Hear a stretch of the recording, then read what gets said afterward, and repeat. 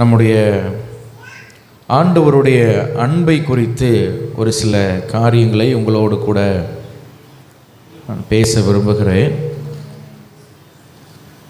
நாம் ஆராதிக்கிற தேவனுடைய தேவத்திடத்தில் ரொம்ப விசேஷமானது என்ன அப்படின்னா அவருடைய அன்பு.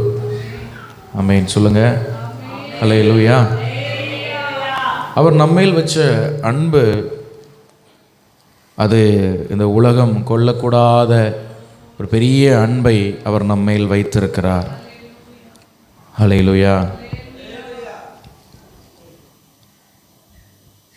ஆண்டவர் இயேசு மாத்திரமே நம்மை உண்மையாய் ஆழமாய் நேசிக்கிற தேவனாய் இருக்கிறார். இந்த உலகத்தில் நிறைய அன்பு ஆண்டவர் நமக்கு தந்திருக்கிறார், அன்புள்ள ஆட்களை தந்திருக்கிறார். ஆனால் இயேசுவின் அன்பை நம்ம ஒப்பிடும் பொழுது அதுக்கு ஈடு இணையாக இந்த உலகத்தில் வேறு எந்த ஒரு அன்பையும் நம்ம சொல்லவே முடியாது. அதை ருசித்து பார்த்தவர்கள், அந்த அன்பை அனுபவித்தவர்கள், உண்மையாக இயேசுவின் அன்பை அனுபவித்தவர்கள் சீக்கிரமாக அவருடைய அன்பை விட்டு போக மாட்டார்கள். ஹல்லேலூயா, ஹல்லேலூயா. ஒரு மருத்துவர் இருந்தாராம். அவர் ஒரு நாள் தன்னுடைய வாழ்க்கையில் மிகுந்த பண கஷ்டம், தன் வாழ்க்கையில் மிகுந்த போராட்டம், மிகுந்த பண கஷ்டம். அவருக்கு சரியா தொழில் ஓடலை, சரியா ஹாஸ்பிட்டல் ஓடலை, சாப்பாட்டுக்கு கூட கஷ்டம் வருகிற அளவுக்கு வீட்டில் குடும்பங்களில் பிரச்சனை, அவரால் தாங்க முடியலை. ஒரு நாள் என்ன பண்ணாருன்னு சொன்னால், அப்படியே அவருடைய வீட்டுக்குள்ளே அந்த அறைக்குள்ளே இருந்துட்டு பிசாசை நோக்கி ஜெபிக்க ஆரம்பித்தார். ஹல்லேலூயா.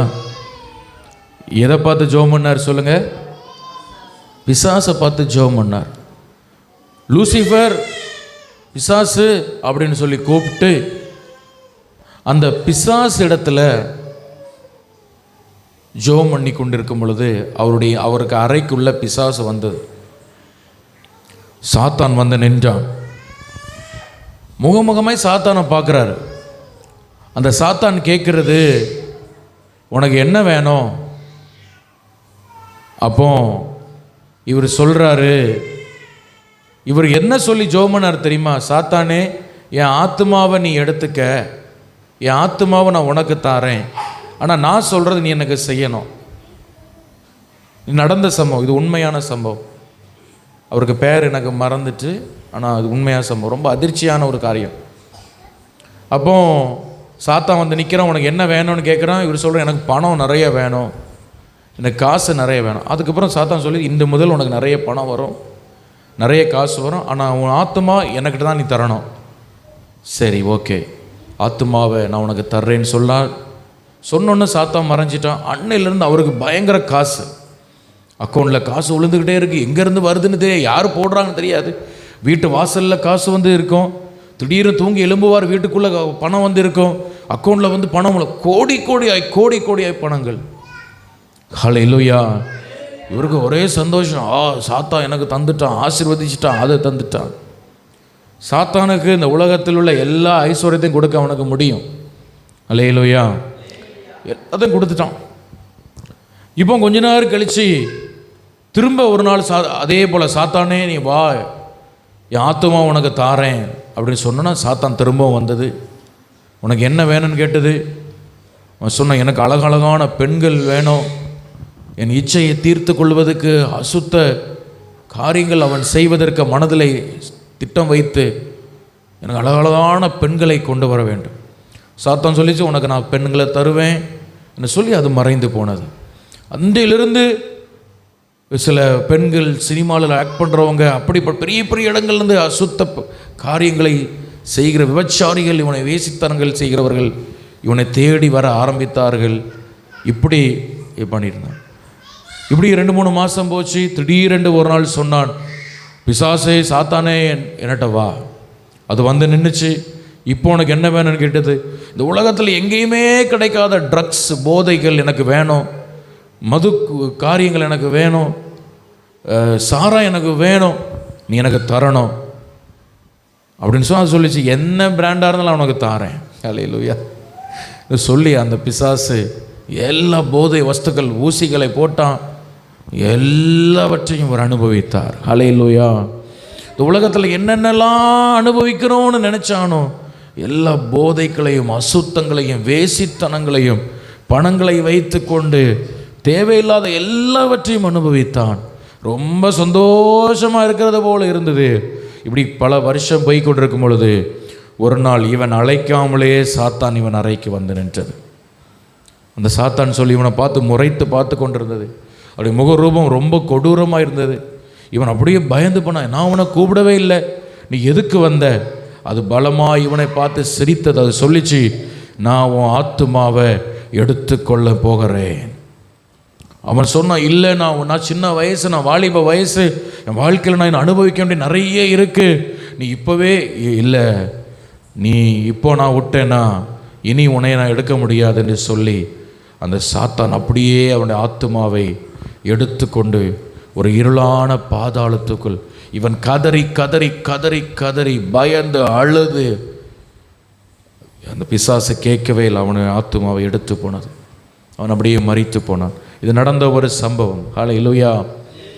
இதனுடைய பேர் எனக்கு ஞாபகம் இல்லை, நான் ஞாபகம் வந்தாலும் உங்களுக்கு அந்த குரூப்பில் நான் போட்டு விடுறேன். அருமையான தெய்வ பிள்ளைகளே, இந்த உலகத்தில் உள்ள அன்பு, பிசாசு கொண்டு வருகிற அன்பு, அது அன்பு போல எல்லாம் செய்யும், ஆனால் அது வஞ்சனை உள்ளது. ஆனால் இயேசுவின் அன்பு இந்த உலகத்தில் நம்ம வஞ்சிக்காத அன்பு, கள்ளங்கபடு இல்லாத அன்பு, நம்மை உண்மையாய் நேசிக்கிற அன்பு. கரம் உயர்த்தி அந்த அன்பை ஸ்தோத்திரம் பண்ணுவோமா? ஹல்லேலூயா. நாம் பாவிகளாக இருக்கையில் கிறிஸ்து இயேசு நமக்காய் மரித்தார். நீங்கள் நல்லவங்கனாலேயோ, நீங்கள் பரிசுத்தவன்ல இருக்கிறதுனாலையோ, நீங்கள் பெரிய ஜெப வீரர்கள் என்பதனாலேயோ, நீங்கள் பரிசுத்தத்தின் எல்லையை எட்டிட்டதுனாலேயோ இயேசு உங்களுக்காய் மரிக்கலை. நாம் பாவிகளாக இருக்கையில் யார் நமக்காக மரித்தா? இயேசு நமக்காக மரித்தார். அவருடைய அன்புக்கு ஈடாக இந்த உலகத்தில் எத்தனை கோடி கொடுத்தாலும் அது ஈடே ஆகாது. ஹல்லேலூயா. அவருக்கு அன்புக்கு ஈடாக என்ன கொடுக்கலாம் தெரியுமா? நம்ம ஆத்துமாவை அவரிடத்தில் கொடுக்கலாம். சத்தியபரனாகிய கர்த்தாவே, நான் ஆத்துமாவை ஆவி உம்மிடத்தில் கொடுக்கிறேன்னு சொன்னது போல, ஹல்லேலூயா. எசப்பா, நான் அவருக்கு அன்புக்கு ஈடாக நம்ம கொடுக்க முடிந்த ஒன்று, என்னையே நாம் அவருக்கு கொடுக்கலாம், நம்மையே அவருக்கு கொடுக்கலாம். ஹல்லேலூயா. அப்படியே கரம் உயர்த்தி ஆண்டவர்கிட்ட சொல்லுங்கள், ஏசப்பா, நான் என்னையே உமக்கு தருகிறேன். இந்த அன்புக்கு ஈடாக எதை நான் கொடுக்க முடியும்? நான் என்னை உமக்கு தருகிறேன் ஆண்டவரே. எனக்குள் வந்து வாசம் பண்ணும்பா, என்னையும் ஆலயமாய் மாற்றுவோம்ப்பா, என்னை கொண்டு உம்முடைய திட்டங்களை நிறைவேற்றோம்ப்பா. ஹல்லேலூயா. ஒரு பரிசுத்தவன் இப்படியாய் ஜெபம் பண்ணுவாராம், ஏசப்பா, என் பார்வை உம்முடைய பார்வையாக மாறட்டும், என்னுடைய செயல்கள் உம் செயல்களாய் மாறட்டும், என்னுடைய பேச்சு உம்முடைய பேச்சாய் மாறட்டும், என்னை பார்க்கிறவர்கள் உம்மை பார்க்கட்டும். ஹல்லேலூயா. அந்த இயேசுவின் அன்பினால் நீங்கள் நிரப்பப்படும் பொழுது இயேசு உங்களுக்குள் இருந்து வெளிப்படுவார். ஒரு அல்லேலூயா சொல்லுங்க. ஹல்லேலூயா, அல்லேலூயா, அல்லேலூயா. எனவே அன்பானவர்களே, ஆண்டவருடைய அன்பை நாம் நெகேமியா தன்னுடைய வாழ்க்கையில் இஸ்ரவேல் ஜனங்களுக்கு அவர் சொல்கிறார். ஹல்லேலூயா. இந்த நெகேமியா புஸ்தகத்துக்கு உங்களுடைய வேதத்தை நீங்கள் திருப்பிக்கொள்ள அன்பாய் கேட்கிறேன். இந்த நெகேமியா புஸ்தகத்தை நல்ல கவனிங்க, 3 பகுதிகளாக பிரிக்கலாம். எத்தனை பகுதியாக பிரிக்கலாம்? 3 பகுதியாக பிரிக்கலாம். முதல் 7 அதிகாரங்கள், முதல் 7 அதிகாரங்கள் நீங்கள் வீட்டில் போய் நீங்கள் படிங்க, நெகேமியா புஸ்தகத்தை படிங்க. முதல் 7 அதிகாரங்கள் எருசலேமின் மதில்கள் கட்டப்படுகிறது. என்ன கட்டப்படுகிறது? எருசலேமில் பாபிலோன் ராஜா அந்த மதிலெல்லாம் இடிச்சிட்டு போயிட்டான். இப்போ இவங்க 70 வருஷம் முடிஞ்சு திரும்ப வராங்க. நெகேமியாவை கொண்டு அந்த சுற்றுச்சுவர் மதில், அந்த தேசத்துக்கு உங்களுக்கு தெரியும், அந்த நாட்களில் யுத்தம் வருவதனால தேசத்தை சுற்றி மதில் போட்டிருப்பாங்க.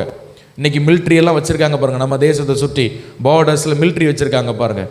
இந்த மாதிரி மதில் சுவர்களை வச்சுருப்பாங்க. அப்போது மதில் இல்லைன்னு சொன்னால் அந்த தேசத்துக்கு என்ன இல்லை? பாதுகாவல் இல்லை. மதில் இல்லைன்னா என்ன கிடையாது? ஒரு பாதுகாவல் கிடையாது. அது ஒரு கேரண்டி இல்லாத ஒரு வாழ்க்கை. அப்போ முதல்ல இந்த நெகேமியா என்ன பண்ணார்னா மதில் சுவரை கட்டுறார். அதான் அந்த முதல் 7 அதிகாரம். ஆனால் 8ஆம் அதிகாரத்திலேருந்து 10ஆம் அதிகாரம் நீங்கள் படித்து பார்த்தீங்கன்னா அதில் நெகேமியாவும் எஸ்ராவும், யாரெல்லாம்? நெகேமியாவும் எஸ்ராவும் சேர்ந்து ஒரு ஆவிக்குரிய எழுப்புதலை அவங்க கொண்டு வராங்க. ஒரு ரிவைவலை, ஆவிக்குரிய எழுப்புதல் அந்த ஜனங்களுக்குள்ளே கொண்டு வரதை நம்ம பார்க்குறோம். 13ஆம் அதிகாரத்திலேருந்து 11ஆம் அதிகாரத்திலேருந்து 13ஆம் அதிகாரம் வரைக்கும் சில காரியங்களை மீண்டும் புதுப்பித்து அவங்க கொண்டு வராங்க. ரிஃபர்மேஷன் சொல்கிறது போல் ஒரு புதிய சில காரியங்களை, அவங்க இழந்து போன சில காரியங்களை திரும்பவும் அவங்க சீர்திருத்தி அந்த தேசத்தினுடைய கவர்மெண்ட்டை சரியாக அவர்கள் அமைத்து அதை சரியாக சீர்படுத்துகிற சில காரியங்களை நம்ம பார்க்கிறோம். ஹல்லேலூயா. இப்போ இந்த நெகேமியாவில் முக்கியமான ஒரு அதிகாரம் இந்த 9ஆம் அதிகாரம். இந்த 9ஆம் அதிகாரத்தில் நீங்கள் திருப்பி வைத்துக் கொள்ளுங்கள். இந்த 9ஆம் அதிகாரத்தில் கர்த்தருடைய அன்பை நெகேமியா ரொம்ப அழகாக அங்கே சொல்கிறத நம்ம பார்க்கலாம். அதில் ஒரு முக்கியமான வசனம் நெகேமியா 9ஆம் அதிகாரம் 31ஆம் வசனத்தை வாசியுங்க. நெகேமியா 9ஆம் அதிகாரம் 31ஆம் வசனம். ஆகிலும் உம்முடைய மிகுந்த இரக்கங்களின்படியே அவர்களை நிர்மூலமாக்காமலும் அவர்களை கைவிடாமலும் இருந்தீர்.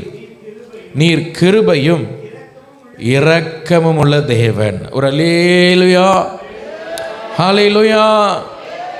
இங்க நெகேமியா சொல்றார், ஆண்டவரே நாங்க நிர்மூலமாகல, நாங்க அழிந்து போகல, நாங்க கைவிடப்படல. இதுக்கெல்லாம் ஒன்று என்ன காரணம் தெரியுமா? உம்முடைய அன்பு. ஹல்லேலூயா, ஹல்லேலூயா. உம்முடைய அன்பு. 2 வார்த்தை சொல்கிறோம். ஆண்டவரை நாங்கள் நிர்மூலமாகலை, நாங்கள் கைவிடப்படலை. எத்தனை பேர் இந்த காலை வேளையில் சொல்ல முடியும், நான் நிர்மூலமாகாது இருப்பது கர்த்தருடைய சுத்த கிருபையே, அவருடைய இரக்கங்களுக்கு முடிவில்லை. ஹல்லேலூயா. உண்மையாகவே நான் ஏசப்பா அன்பினால தான் நான் நிற்கிறேன், நான் நிர்மூலமாகாது இருக்கேன்னு சொல்கிறவங்க கரை உயர்த்தி அப்படியே கண்களை மூடி ஆண்டவரை ஸ்தோத்திரம் பண்ணுங்க பார்ப்போம். ஆண்டவரே உம்முடைய அன்பு என் வாழ்க்கையில், அவருடைய அன்பு, அவருடைய இரக்கம், அந்த கிருபை, அதனால தான்ப்பா நான் நிற்கிறேன். ஹல்லேலூயா.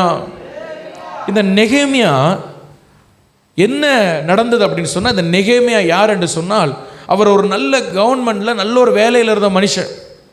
ராஜாவுக்கு பானபாத்திரக்காரன்.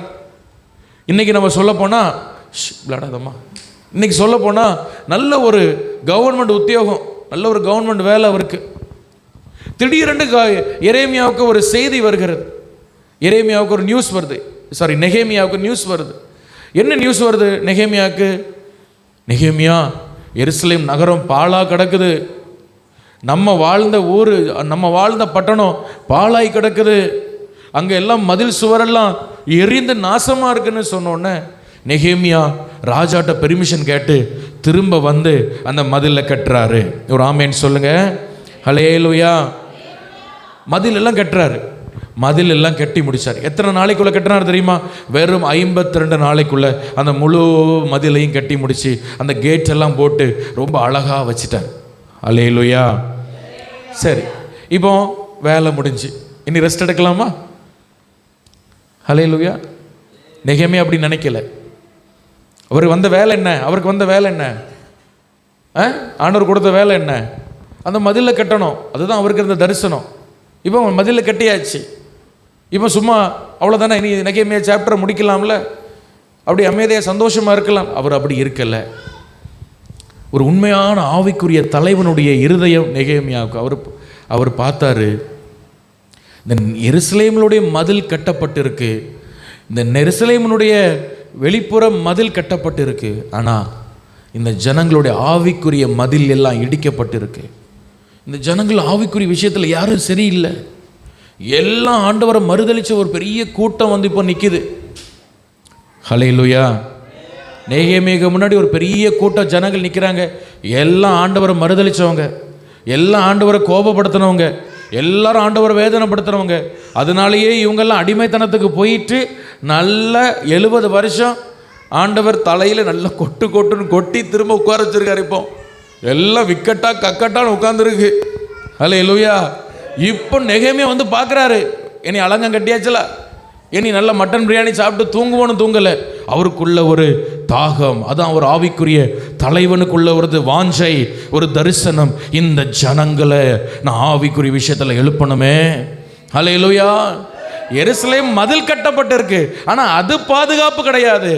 மதில் இருந்ததுனாலே பாபிலோன் ராஜா வரல, இவங்க ஆவிக்குரிய ஜீவியம் சரியில்லாதனால தான் அவன் வந்தான். அல்லேலூயா.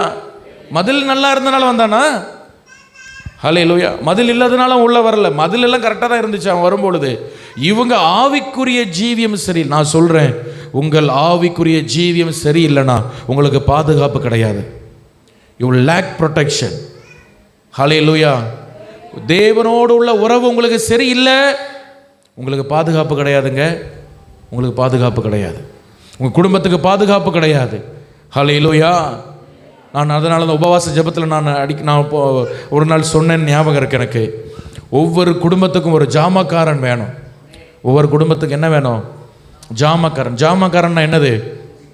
அவங்க சுற்று மதிலில் உட்கார்ந்துருப்பாங்க. மதிலில் உட்காந்து அவங்க தேசத்தை பாதுகாக்கிற வேலை அவங்களுக்கு. நீங்கள் ஜாமக்காரனாக இருக்கணும். இந்த தேசத்துக்கு நீங்கள் ஒரு ஜாமக்காரனாக இருக்கணும். இங்கே ஒரு விஷயம் நடக்குதுன்னா உங்களுக்கு முன்கூட்டி அது தெரிந்திருக்கணும். உங்கள் ஜெபத்தில் அதை நீங்கள் பார்க்கணும். ஹல்லேலூயா. உங்கள் குடும்பத்தை, உங்கள் சொந்தங்களை, உங்களுடைய நண்பர்களுக்கு ஒரு ஜாமக்காரனாக நீங்கள் இருக்கணும். ஹல்லேலூயா. இந்த தேசத்தை, இந்த பட்டணத்தை ஒரு பொல்லாத ஆவி ஆளுகை பண்ணி கொண்டிருக்கிறது. இந்த சுற்றுப்புற கிராமங்களில் சில பொல்லாத ஆவிகள் ஆளுகை பண்ணி கொண்டிருக்கிறது. அந்த ஆவிகள் எல்லாம் நம்ம கீழ்ப்படுத்தாமல் இங்கே இருக்க ஒரு ஆத்மா நம்ம ஆதாயப்படுத்த முடியாது. அதெல்லாம் எப்படி கீழே வரும்? நம்ம ஒரு ஜாமக்காரனாக இருக்கணுமே. நம்ம இரவெல்லாம் இழுத்து ஜெபம் பண்ணணுமே. எப்பொழுதும் ஆவியில் விழிப்புள்ளவர்களாக இருக்கணுமே. நான் சொல்கிறேன், உங்கள் குடும்பத்தில் நீங்கள் ஒரு ஜாமக்காரனாக இல்லாட்டா பிசாசு குடும்பத்துக்குள்ளே வந்து களையை விதைச்சிட்டு அவன் போயிடுவான். ஹல்லேலூயா.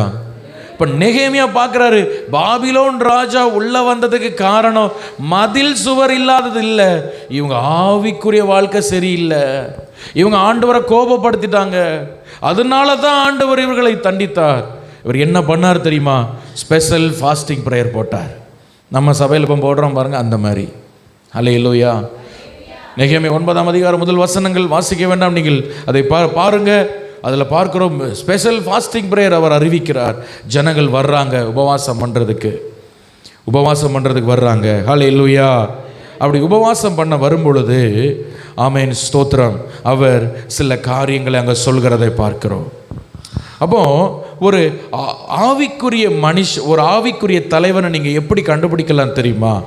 அவன் ஆவிக்குரிய தலைவன் ஒரு தேவ பிள்ளையினுடைய பூமிக்குரிய ஆசீர்வாதத்தை மட்டுமல்ல, ஆவிக்குரிய ஆசீர்வாதத்தை மேலே ரொம்ப கவனமாக இருப்பாங்க. இவங்க நல்லா ஜெபம் பண்ணுறாங்களா, இவங்க ஆண்டவருக்குள்ள சரியாக வர்றாங்களா, அதுதான் அவனுக்கு கண்ணாக இருக்குமே தவிர. ஹல்லேலூயா. ஒரு ஆவிக்குரிய தலைவனுடைய இருதயத்தில் எதுதான் அதிகமாக இருக்குன்னா, இவங்க நல்லா ஜெபம் பண்ணுறாங்களா, இவங்க ஆவியில் நல்லா வளர்ந்துருக்கிறாங்களா, இவங்க ஒழுங்காக பைபிள் படிக்கிறாங்களா, இவங்க கர்த்தருக்கு ஊழியம் செய்வாங்களா, இப்படி தான் பார்க்கும். அதில் தான் அவங்க கவனமாக இருப்பாங்க. ஹல்லேலூயா. அதுதான் அவங்களுக்கு ஒரு பெரிய சந்தோஷம். என் பிள்ளைகள் சத்தியத்தில் நடக்கிறாருங்களே சந்தோஷம் தவிர பெரிய சந்தோஷம் எனக்கு இல்லைன்னு யோவான் சொல்கிறார். நீங்கள் வீடு வாங்குறது, நீங்கள் கார் வாங்குறது, நீங்கள் சொத்து வாங்குறத விட பெரிய சந்தோஷம் என் பிள்ளைகள் சத்தியத்தில் நடக்கிறாங்க, அதுதான் பெரிய சந்தோஷம். ஹல்லேலூயா. இயேசுக்காக வைராக்கியமாக இருக்கிறாங்க. எந்த நிலை வந்தாலும் இயேசுவை விட மாட்டாங்க, அதுதான் ஒரு பெரிய சந்தோஷங்க. ஒரு நெகேமியாவுக்கு அந்த ஜனங்களுடைய ஆவிக்குரிய நிலையை குறித்த ஒரு பாரம் அவருடைய இருதயத்தில் இருந்தது. இவங்க சரியில்லை, இந்த ஜனங்கள் இன்னும் ஆண்டவருக்குள்ள சரிப்படலை, இவங்க சிறையிருப்புக்கு போயிட்டு வந்தாச்சு சரிதான், ஆனால் இன்னும் இவங்க கிளியர் ஆகலை, நிறைய விஷயங்கள் இவங்களுக்குள்ள மாறலை. அவருக்குள்ள ஒரு பெரிய பாரம், எஸ்ராவுக்குள்ள பெரிய பாரம் வந்தது. ஜனத்தை கூட்டினான். ஹல்லேலூயா. எல்லாரும் உபவாசம் பண்ண வைக்கிறான். என்ன பண்ணான் தெரியுமா? ஆண்டவருடைய அன்பை அப்படியே விவரித்து சொல்கிறாரு. ஹல்லேலூயா. ஒரு பைபிள் அவங்க என்ன பண்ணாங்க தெரியுமா? ஒரு நைட்டு ஃபுல்லாக பைபிள் படித்தாங்களாம். ஒரு நைட்டு ஃபுல்லாக என்ன பண்ணாங்க? வேதத்தை வாசித்தாங்க. அப்புறம் ஜெபம் பண்ணாங்க. அவர் என்ன பண்ணார் தெரியுமா? ஆண்டவருடைய அன்பை விவரித்து சொல்ல ஆரம்பித்தார். ஹல்லேலூயா. எழுப்புதல் எங்கே பற்றி பிடித்தது? இயேசுவின் அன்பு எங்கே சொல்லப்பட்டதோ அங்கே எழுப்புதல் பற்றி பிடித்தது. ஹல்லேலூயா. நீங்கள் நெகேமியா 9ஆம் அதிகாரத்தை நீங்கள் திருப்பி வைத்திருப்பீர்கள் சொன்னால் அதில் 9ஆம் வசனத்தில் நீங்கள் வாசிக்க வேண்டாம், நான் ஒவ்வொரு வசனமாக சொல்கிறேன். நீங்கள் பார்க்கும் பொழுது அவர்கள் கூப்பிடுதலை எகிப்திலும் சிவந்த சமுத்திரத்தின் ஓரத்திலும் ஆண்டவர் கேட்டார். ஆண்டவருடைய முதல் அன்பு இந்த ஜனங்களை அவங்க கூப்பிடும் பொழுது ஆண்டவர் என்ன பண்ணார்? அவங்களுக்கு செவி கொடுத்தார். ஹல்லேலூயா. அந்த பார்வோனுடைய 10ஆம் வசனத்தில் பார்வோனுடைய சேனையை அந்த கடலில் விழ பண்ணினார். 11ஆம் வசனத்தில் செங்கடலை 2ஆய் பிளந்தார். அதே செங்கடலில் பார்வோனுடைய சேனையை மூழ்க பண்ணினார். 12ஆம் வசனத்தில் மேக ஸ்தம்பத்தை, அக்கினி ஸ்தம்பத்தை அந்த ஜனங்களுக்கு முன்னாடி கொண்டு போனார். 13ஆம் வசனத்தில் 14ஆம் வசனத்தில் நியாய பிரமாணத்தை அவர்களுக்கு கொடுத்தார். 15ஆம் வசனத்தில் வானத்தின் அப்பத்தை அவர்களுக்கு கொடுத்தார். கண்மலையிலிருந்து தண்ணீரை அந்த ஜனங்களுக்கு கொடுத்தார். இதெல்லாம் லிஸ்ட் பண்ணிக்கொண்டே வர்றார். தேவனுடைய அன்பு எப்படி நடத்தினது அவர்களை. 17ஆம் வசனத்தில் ஆண்டவர் இவ்வளவு செய்தும் ஆண்டவர் அவர்களை கைவிடாமல் காத்து கொண்டார். ஹல்லேலூயா. அந்த 17ஆம் வசனம் வாசிங்க. நெகேமியா 9:17 வாசிங்க.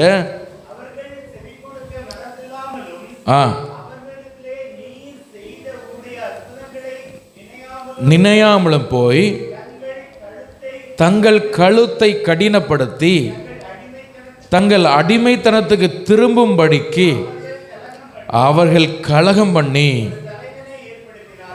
ஹல்லேலூயா. என்ன பண்ணாங்களா? ஒரு தலைவனை ஏற்படுத்தி நாங்கள் திரும்ப எகிப்துக்கு போகிறோம். ஆண்டவர் அந்த நேரத்திலும் அவங்க மேலே அன்பாக இருந்தார். அந்த நேரத்தில் அவங்கள மன்னித்தார். ஹல்லேலூயா. நம்ம ஒரு ஆளுக்கு ஒரு உதவி செய்கிறோன்னு வைங்களேன், அந்த ஆள் நம்ம செய்த உதவிக்கு அவங்க சரியா இல்லைன்னா நம்ம என்ன பண்ணுவோம் தெரியுமா? அதுக்கப்புறம் அவங்க பக்கம் திரும்பவே மாட்டோம். ஹல்லேலூயா. நான் ஆண்டவர் அவருடைய அன்பு ரொம்ப வித்தியாசமானது. ஹல்லேலூயா. ஒரு மனுஷனாக இருக்கிற ஒரு மனிதன் நம்ம அன்பு செலுத்துகிறோம், அவங்களுக்கு சில உதவிகளை பண்ணுறோம், அதை மறந்து அவங்க நம்மளுக்கு விரோதமாக ஏதாவது செய்தால் நம்ம அடுத்த நிமிஷம் அவங்கள முகத்தை கூட பார்க்குறதுக்கு நம்ம கஷ்டமாக இருக்கும். ஆனால் ஆண்டவர் என்ன பண்ணார் தெரியுமா? அந்த மேக ஸ்தம்பத்தையும் அக்னி ஸ்தம்பத்தையும் அவர்களை விட்டு விலக்கவில்லைன்னு பைபிள் சொல்லுது.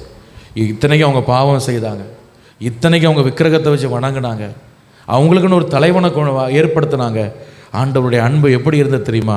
அந்த நிலையிலும் அந்த மேகத்தையும் அக்னியும் அவர் எடுக்கலை. அதுதான் தேவனுடைய அன்பு. ஹல்லேலூயா. அவர் எடுத்திருந்த அந்த ஜனங்கள் கானானுக்கு இவங்க போயிருக்கவே மாட்டாங்க. Praise the Lord. ஹல்லேலூயா. அந்த வனாந்தரத்தின் வெயிலையும் இரவு குளிர்லையும் இவங்க ஜீவன் போயிருக்கும். 19ஆம் வசனம் சொல்லுது, மேக ஸ்தம்பம் அக்னி ஸ்தம்பம் அவர்களை விட்டு விலகலை. 20ஆம் வசனத்தில் ஆண்டவர் அவளுக்கு அறிவை உணர்த்துகிற ஆவியை கொடுக்கிறார். அப்பவும் அவங்களுக்கு அந்த இது வரலை. அவங்க பாவம் செய்த போகிறதும் மண்ணா விழுந்துட்டு தான் இருந்து தண்ணி வந்துட்டு தான் இருக்கு கண்மலிலேருந்து. ஹல்லேலூயா. பாவம் செய்த பிறகு, பாவம் செய்ய முன்னாடி ஓகே, அவங்க ஜனங்களை ஆண்டவர் மறுதளித்த பிறகும் மண்ணா காலையில் அவருடைய வேலையில் அவர் கரெக்டாக இருக்கிறார். ஹல்லேலூயா. கவனிக்கிறீங்களா? ஏசப்பா அவருடைய விஷயத்தில் அவர் ரொம்ப கரெக்டாக இருக்கிறார். நம்ம தான் மிஸ் பண்ணுறோம். ஹல்லேலூயா. அவர் நமக்கு தர வேண்டியது, அவர் நமக்கு செய்ய வேண்டியது, அவர் ரொம்ப கரெக்டாக இருக்கார். ஹல்லேலூயா. ஒரு ஹல்லேலூயா சொல்லுங்க. ஹல்லேலூயா சொல்லுங்க. யாரும் தயவு செய்து தூங்கிடாதீங்க. உங்களுக்காக இனி நான் 5 மணிக்கு தான் வைக்கணும். ஹல்லேலூயா. இனி 5 மணிக்கே வாங்க. வருவீங்களா? 8 மணிக்கே கஷ்டமாக இருக்குது. நீங்கள் தூங்க வந்துடும் உங்களுக்கு. அந்த 11 மணிக்கு 12 மணிக்கு தூக்கம் வந்துடுது. அதனால் 10 மணிக்கு செய்தி ஆரம்பித்தா அந்த 11 மணி வரை கிளியராக கேட்பீங்க அப்படிங்கிற ஒரே காரணத்துக்காக தான் டைம் மாற்றிருக்கு. Praise the Lord. ஹல்லேலூயா. அதனால் கவனிக்க அன்பாய் கேட்கிறேன்.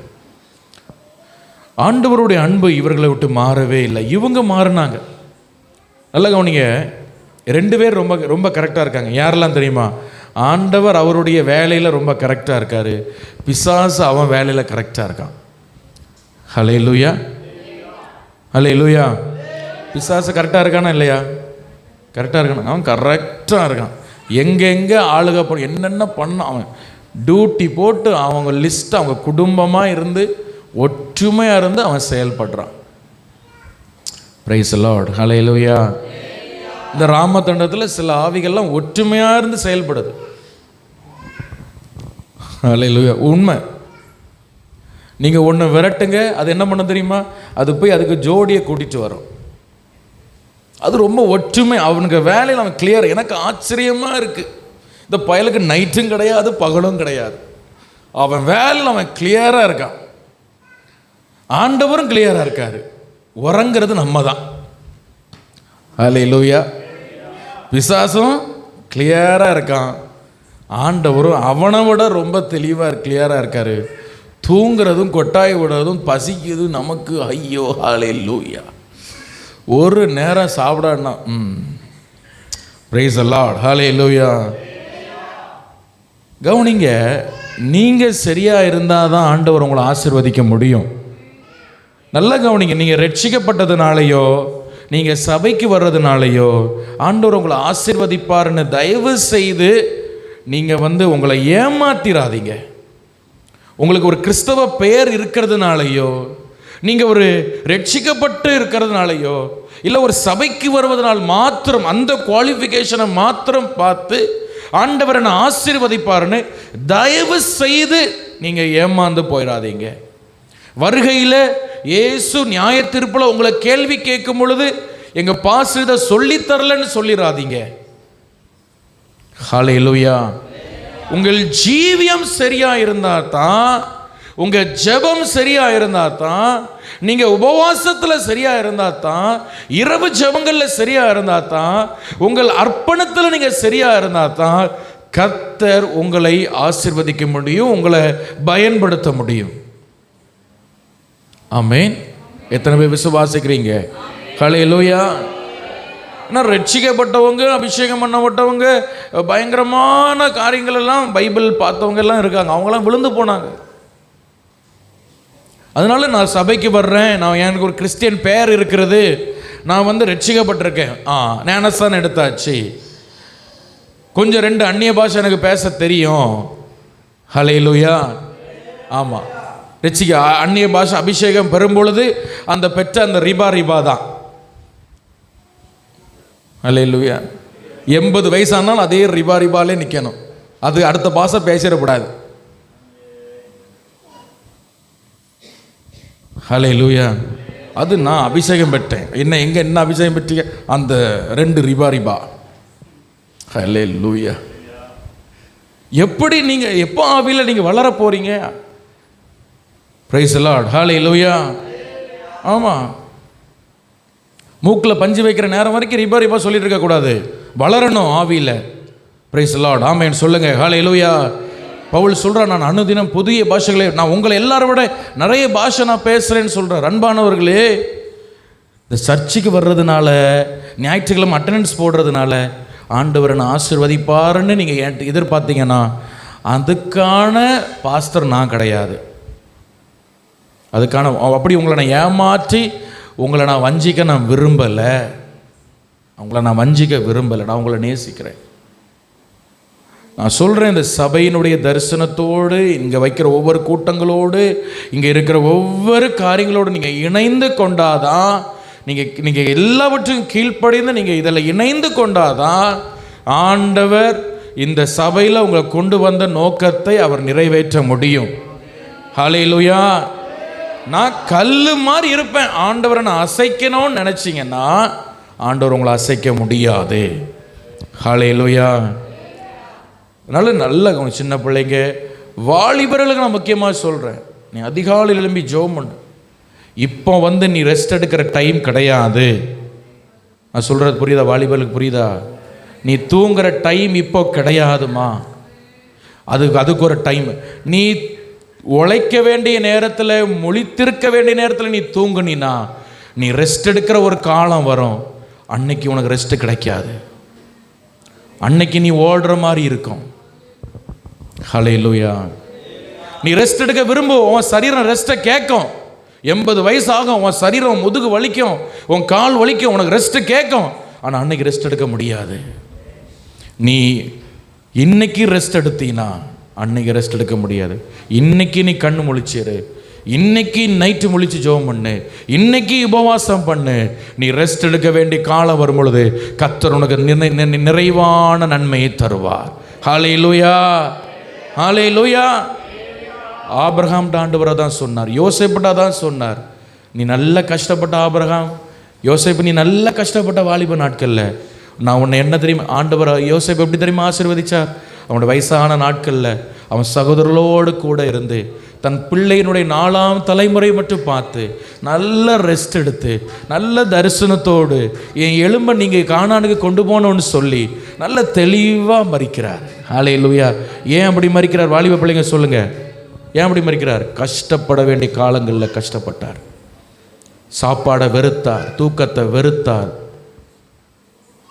நீ கஷ்டப்படுற தம்பி, நீ கஷ்டப்படுற வேண்டிய நாட்கள் இது, நீ முழித்திருக்க வேண்டிய நாட்கள் இது, நீ உபவாசம் பண்ணுற நாட்கள் இது. இப்போ நீ ரெஸ்ட்டை எதிர்பார்த்துட்டு, இப்போ நீ 3 வேளையும் சாப்பாடை எதிர்பார்த்துட்டு இருந்தீன்னா நான் உன்னைய ஆசீர்வதிக்க விரும்புகிறேன். இந்த வார்த்தைகளை நான் சொல்ல விரும்பலை. நீ கவனமாயிரு. கர்த்தர் உன்னை எச்சரிக்கிறார். ஹல்லேலூயா. அதே தான் வாலிப பிள்ளைகளுக்கும் 5 மணி ஜெபத்துக்கு நீங்கள் எழும்ப. நான் மனைவிக்கும் அன்றைக்கி சொன்னாங்க, 5 மணி ஜெபம் இனி எல்லா நாளும் வச்சுருங்க, எதுக்கு ஃபாஸ்டிங் டைம் மட்டும்? அது நல்லா தான் இருக்குது, அப்படி ஆண்டவர் நடத்தின வச்சிட வேண்டியதான். ஹல்லேலூயா. அது சபைக்கு ஒரு ஆசீர்வாதம் தானே. Praise the Lord. ஹல்லேலூயா. நமக்கு ஆண்டவர் ஃபோன் தந்திருக்கிறார். உலகத்தில் நீங்கள் 5 மணிக்கு எங்கே இருந்தாலும் அட்டன் பண்ணலாம். ஆமென் சொல்லுங்கள். ஹல்லேலூயா. ஒருவேளை உங்களுக்கு ஏதாவது ஃபங்க்ஷன் நீங்கள் எங்கேயோ போயிட்டீங்கன்னாலும் அங்கேருந்து அட்டன் பண்ணலாம். 5 மணி ஜெபத்துக்கு நீங்கள் எழும்புங்க. உனக்கு ரொம்ப கஷ்டமாக இருந்தால் அந்த 6 மணிக்கு மேலே ஒரு 10 நிமிஷம் படுத்து எலும்பு. எனக்கு அதுக்காக நீ ரொம்ப தூங்காமலாம் இருக்குன்னு சொல்லலை. 5 மணி நேரம் 6 மணி நேரம் தூங்கினா போதும். ஹல்லேலூயா. உங்களுக்கு ஒரு 80 வயசு ஆகும், நீ வேலை செய்யணும்னு நினைச்சாலும் உங்களை ஒருத்தர் வேலை செய்ய விட மாட்டா, ரெஸ்ட் எடுக்க தான் சொல்லுவா. நான் சொல்ல உண்மையா? ஹல்லேலூயா. அப்போ எத்தனை 10 மணி நேரம் தூங்குங்க. உனக்கு யார் கேட்க போகிறா? பல்லெல்லாம் விழுந்த பிறகு தாத்தா 2 சூப்பை குடிச்சிட்டு படுத்திருக்க வேண்டியா? அப்புறம் ஒரு வேலை நமக்கு கிடையாது. ஜோம் பண்ணிவிட்டு பிள்ளைகளுக்காக ஜோம் பண்ணிவிட்டு பரலோகத்து போக வழியை பார்க்கணும், அதுதான் நமக்கு வேலை. இப்போ நான் சொல்கிறேன், நான் தாழ்மையாக சொல்கிறேன், என்ன நான் மேன்மைப்படுத்த நினைக்கல. நான் பைபிள் காலேஜ் படிக்கும்போது தருவை என்ற அந்த கிராமத்தில் நாங்கள் படித்தோம். அங்கே வெயில் அந்த ஏரியாவில் கடல், இந்த மண், ஆற்று மண், அந்த ஏரியாவில். இங்கேருந்து நாங்கள் ஹாஸ்டல் போகணுன்னா இங்கேருந்து கேட்டில் இருந்து, இந்த கேட் இங்கே இருக்குன்னா நம்ம கிராமம் ஆரம்பிக்கிறது பாருங்கள், அதை தாண்டி அந்த பக்கம் தான் அங்கே ஹாஸ்டல் இருக்கும். நடக்கிறதே 3 கிலோமீட்டர் உள்ள நடக்கிற மாதிரி இருக்கும். சில நேரங்களாக ஃபாஸ்டிங் இருந்துட்டு, தம்பி கவனிக்கிறியா, வருவோம் பாருங்கள், நடந்த அந்த வெயிலில் நடக்க முடியாது, காலெல்லாம் அப்படி நடுங்கும், முழங்கால்லாம். இப்போ விழுந்துருவோம், அவ்வளோதான். ஹாஸ்டலோட நடந்து போகணும். பஸ் ஸ்டாண்டில் இறங்கி அங்கேருந்து 5 கிலோமீட்டர், திரும்ப இன்னொரு பஸ்ஸை பிடிச்சி இங்கே ஒரு 3 கிலோமீட்டர். சில நாளாக ஃபாஸ்டிங்கோடு நான் நடந்திருக்கிறேன். ஹல்லேலூயா. அங்கே ஃபாஸ்டிங் இருந்தால் அங்கே பெர்மிஷன்லாம் கிடையாது, டியூட்டி செஞ்சு தான் ஆகணும். நான் தாழ்மையாக சொல்ல, ஃபாஸ்டிங்கோடு மணல் மூட்டை நான் தூக்கியிருக்கிறேன், மணல் மூட்டையை சுமந்துருக்கிறேன். எவ்வளோ கஷ்டமாக இருக்குங்க தெரியுமா? ஆனால் கர்த்தர் அதையெல்லாம் பார்த்தார். ஹல்லேலூயா. பக்கத்தில் இருக்கவங்களுக்கு தெரியாது நான் ஃபாஸ்டிங் இருக்கிறேன், ஆனால் கர்த்தர் அதை பார்த்தார். நீ இந்த வயசுல நீ தூங்குனா, இந்த வயசுல உனக்கு ஜபிக்க வரலன்னா நீ எப்போ ஜபிக்க போற? எப்போ உனக்கு அந்த அக்கினி வரப்போகுது? வாலிப நாட்கள் அக்கினியா இருக்கிறவங்களுக்கே திருமணம் முடிஞ்ச பிறகு அவ்வளோ போராட்டங்கள், பிரச்சனை வருது. இந்த வயசுலேயே நீ இவ்வளோ அனல் குறைஞ்சி இருந்தீங்கன்னா திருமணம் முடிஞ்ச பிறகு வருகிற பிரச்சனையில் நீ ஆண்டவரை விட்டு ஓடிட மாட்டியோ? பயமாக இருக்கு எனக்கு. ஹல்லேலூயா. அருமையான தம்பி தங்கச்சி, ஒரு மூத்த அண்ணன் சொல்கிற மாதிரி நினச்சிக்கோ, உன் தகப்பன் சொல்கிற மாதிரி நினச்சிக்கோ. நான் சொல்கிறேன், அன்பாக சொல்கிறேன் உங்களுக்காக. ஆமாம், நான் ஜெபத்தோடு நான் சொல்கிறேன், நீ இந்த காலங்களை நீ ஜெபித்து பார், ஒப்புக்கொடு. இந்த செய்தியை கேட்கும் நீ ஒப்புக்கொடு. ஹல்லேலூயா. கர்த்தர் உன் எதிர்காலத்தை ஆசீர்வதிப்பார். உன் எதிர்காலத்தை கர்த்தர் ஆசீர்வதிப்பார். உன் எதிர்காலத்தை கர்த்தர் ஆசீர்வதிப்பார். உன்னை கர்த்தர் மேன்மைப்படுத்துவார். ஹல்லேலூயா. அப்போ வார்த்தைக்குள்ள வருகிறேன், இந்த ஜனங்கள் எவ்வளவு துரோகம் செய்தும் கர்த்தர் தன்னுடைய உடன்படிக்கையில் அவர் கரெக்டாக இருக்கிறாரு. ஹல்லேலூயா. அவருடைய உண்மையில் அவர் ரொம்ப கிளியராக இருக்கிறாரு. 20ஆம் வசனத்தில் பார்க்கும் பொழுது அவங்களுக்கு தண்ணி கிடைக்குது, மன்னா கிடைக்குது. 21ஆம் வசனத்தில் நீங்கள் வாசிச்சு பாருங்க. 21ஆம் வசனம் நெகேமியா 9:21 அந்த பிற்பகுதியை வாசிங்க பார்ப்போம். அவர்கள் வஸ்திரங்கள் பழமையாய் போகல. ஹல்லேலூயா. எப்போ இந்த ஜனங்கள் ஆண்டவர் விட்டு வழி விலகி போன பிறகும் இவங்க கால் வீங்காம ஆண்டவர் காத்தாராம். எவ்வளவு நல்ல தெய்வம் அவர். ஹல்லேலூயா. இவங்க கால் வீங்காம ஆண்டவர் என்ன செய்தாரா? 22ஆம் வசனத்தில் பெரிய பெரிய ராஜாக்களை இவங்களெல்லாம் ஆண்டவர் அழிச்சார். 23 அவருடைய பிள்ளைகளை வானத்து நட்சத்திரங்களை போல பெருக பண்ணி அந்த தேசத்தை அந்த பிள்ளைகளுக்கு கொடுத்தார். இவங்க கீழ்ப்படியாமல் அழிஞ்சு போனாலும் அந்த பிள்ளைகள் ஆண்டவர் மறக்கலை. ஹல்லேலூயா. ஒரு இடத்துல ஆண்டவர் சொல்றார், மோசே நீ விலகு, நீ தள்ளி நில், இந்த ஜனங்களை நான் அழிக்க போறேன். 6 லட்சமோ 20 லட்சமோ இந்த ஜனங்களை நான் அழிக்க போறேன். ஒன்றை நான் ஒரு பெரிய ஜாதி ஆக்க போறேன். ஏன் ஆண்டவரால் முடியாதா? ஆபிரகாமை ஒரு பெரிய ஜாதி ஆக்கும் போது, தேசமாக்கும் பொழுது இந்த மோசே ஆக்க முடியாதா? மோசே சொல்ற, ஆண்டவரே வேண்டாம். மோசே சரண்டர் ஆகிட்டு அப்படியே விழுந்துட்டார் ஆண்டவருக்கு முன்னாடி. ஆண்டவர் அந்த ஜெபத்தை கேட்டு ஆண்டவர் அன்பினால் அந்த இஸ்ரவேல் ஜனங்களை வானத்து நட்சத்திரங்கள் போல பெருக பண்ணினார். ஹல்லேலூயா. அதுக்கப்புறம் வேதம் சொல்கிறது 24ஆம் வசனத்தில், உம்முடைய பெரிய தயவினால் அவங்க ரொம்ப செல்வமாக வாழ்ந்தாங்களாம் அந்த தேசத்தில். என்ன நடந்து தெரியுமா? அதுக்கு பிறகு ஆண்டவரை கோபப்படுத்துகிறாங்க. அதுக்கப்புறம் ஆண்டவர் என்ன பண்ணார்? அவர்களை சின்ன சின்ன சிறையிருப்புக்கு ஒப்பு கொடுத்தார். 27ஆம் வசனத்தில் வாசிக்கிறோம், அவர்களுடைய இடுக்கண்ணில் திரும்ப ஆண்டவர் நோக்கி கூப்பிடுறாங்க, திரும்ப ரட்சிக்கிறார். ஆண்டவர் ரட்சித்த பிறகு திரும்ப இவங்க அப்படியே ஆண்டவர் விட்டு போயிடுவாங்க. ஹல்லேலூயா. இந்த சில நாட்களில் நமக்கு சில கஷ்டம் வரும் பாருங்க. என்ன கவனிங்க, சில கஷ்டம் நமக்கு வரும். அப்போ சர்ச்சுக்கு நமக்கு தூக்கம் வராது. சர்ச்சுக்கு என்ன வராது? தூக்கம் வராது. பாஸ்டர் ஜெபம் பண்ணுறாரோ இல்லையோ, நம்ம வந்த நேரத்துலேருந்து போட்ட முழங்காலில் இருந்து ஹல்லேலூயா. சில நேரங்கள் ஆண்டவர் அப்படிப்பட்ட ஜனங்கள் அப்படி தான் நடத்துகிறார். ஏன்னா அப்படி தான் இவங்க ஜெபம் பண்ணுவாங்க. ஏன்னா இவங்களுக்கு தெரியும், இந்த கஷ்டத்தில் யார் தான் நம்மளை விடுதலையாக்க முடியும்? ஆண்டவர் தான் விடுதலையாக்க முடியும். போடுவாங்க கதறல், கர்த்தாவே, இயேசுவே, ஹல்லேலூயா. இந்த பைபிள் அவங்களுக்கு போதாது, இன்னொரு வேற பைபிள் தான் அடித்து கொடுக்கணும், புதுசாக படித்து கரைச்சி. Price the Lord. அப்புறம் பிரச்சனை வாஞ்ச உடனே மறுபடியும் ஹல்லேலூயா. Price the Lord. ஹல்லேலூயா. அதுக்கப்புறம் அந்த அனல் எல்லாம் குறைஞ்சிரும். இஸ்ரவேல் ஜனங்களுடைய நிலை. இதனால் சொல்கிறேன், ஆண்டவர் உங்களுக்கு செய்த நன்மைகளை மறக்காதீங்க. நீங்கள் இக்கட்டில் ஆண்டவரை நோக்கி கதறும் பொழுது ஆண்டவர் உங்களுக்கு செவி கொடுத்த ஜெபங்களை மறக்காதீங்க. ஹல்லேலூயா. நீங்கள் வேற வழியே இல்லாமல் திக்கு தெரியாமல் இருந்த நாட்களில் கர்த்தர் உங்களுக்கு செய்த உதவிகளை மறக்காதீங்க. ஆண்டவர் இப்படி அநேக தரம் விடுதலையாக்கி பிறகு 30ஆம் வசனத்தில் பார்க்குறோம். 31ஆம் வசனத்தில் ஆண்டவர் வேற வழி இல்லாமல் இந்த ஜனங்களை சிறையிருப்பில் ஒப்பு கொடுத்தார். இதையெல்லாம் சொல்லி அவர் ஜெபிக்கிறார். ஹல்லேலூயா. அப்போ சொல்றாரு, இவ்வளவு செய்த பிறகும், இந்த சிறையிருப்புக்கு அவங்க போயிட்டு வந்த பிறகும் 31ஆம் வசனத்தில் இந்த லிஸ்ட் எல்லாம் நினச்சி பார்த்து நெகேமியா சொல்கிறாரு, ஆண்டவரே, நாங்கள் உயிர் வாழ தகுதி இல்லாதவர்கள், நாங்கள் இன்னும் நிர்மூலமாகாதிருப்பது உம்முடைய பெரிய கிருபை. ஹல்லேலூயா. எவ்வளவு பெரிய பாவம் பண்ணோம், எவ்வளவு உங்களை கஷ்டப்படுத்தணும், எவ்வளவு கோபப்படுத்தணும். இன்னைக்கு நாங்கள் உயிரோடு இருக்கிறோன்னா யாருக்கு கிருபை? உங்க பெரிய கிருபைப்பா. ஹல்லேலூயா. கிருபையே கிருபையே மாறாத நல்ல கிருபையே. கைத்தட்டி பாடலாமா எல்லாரும்?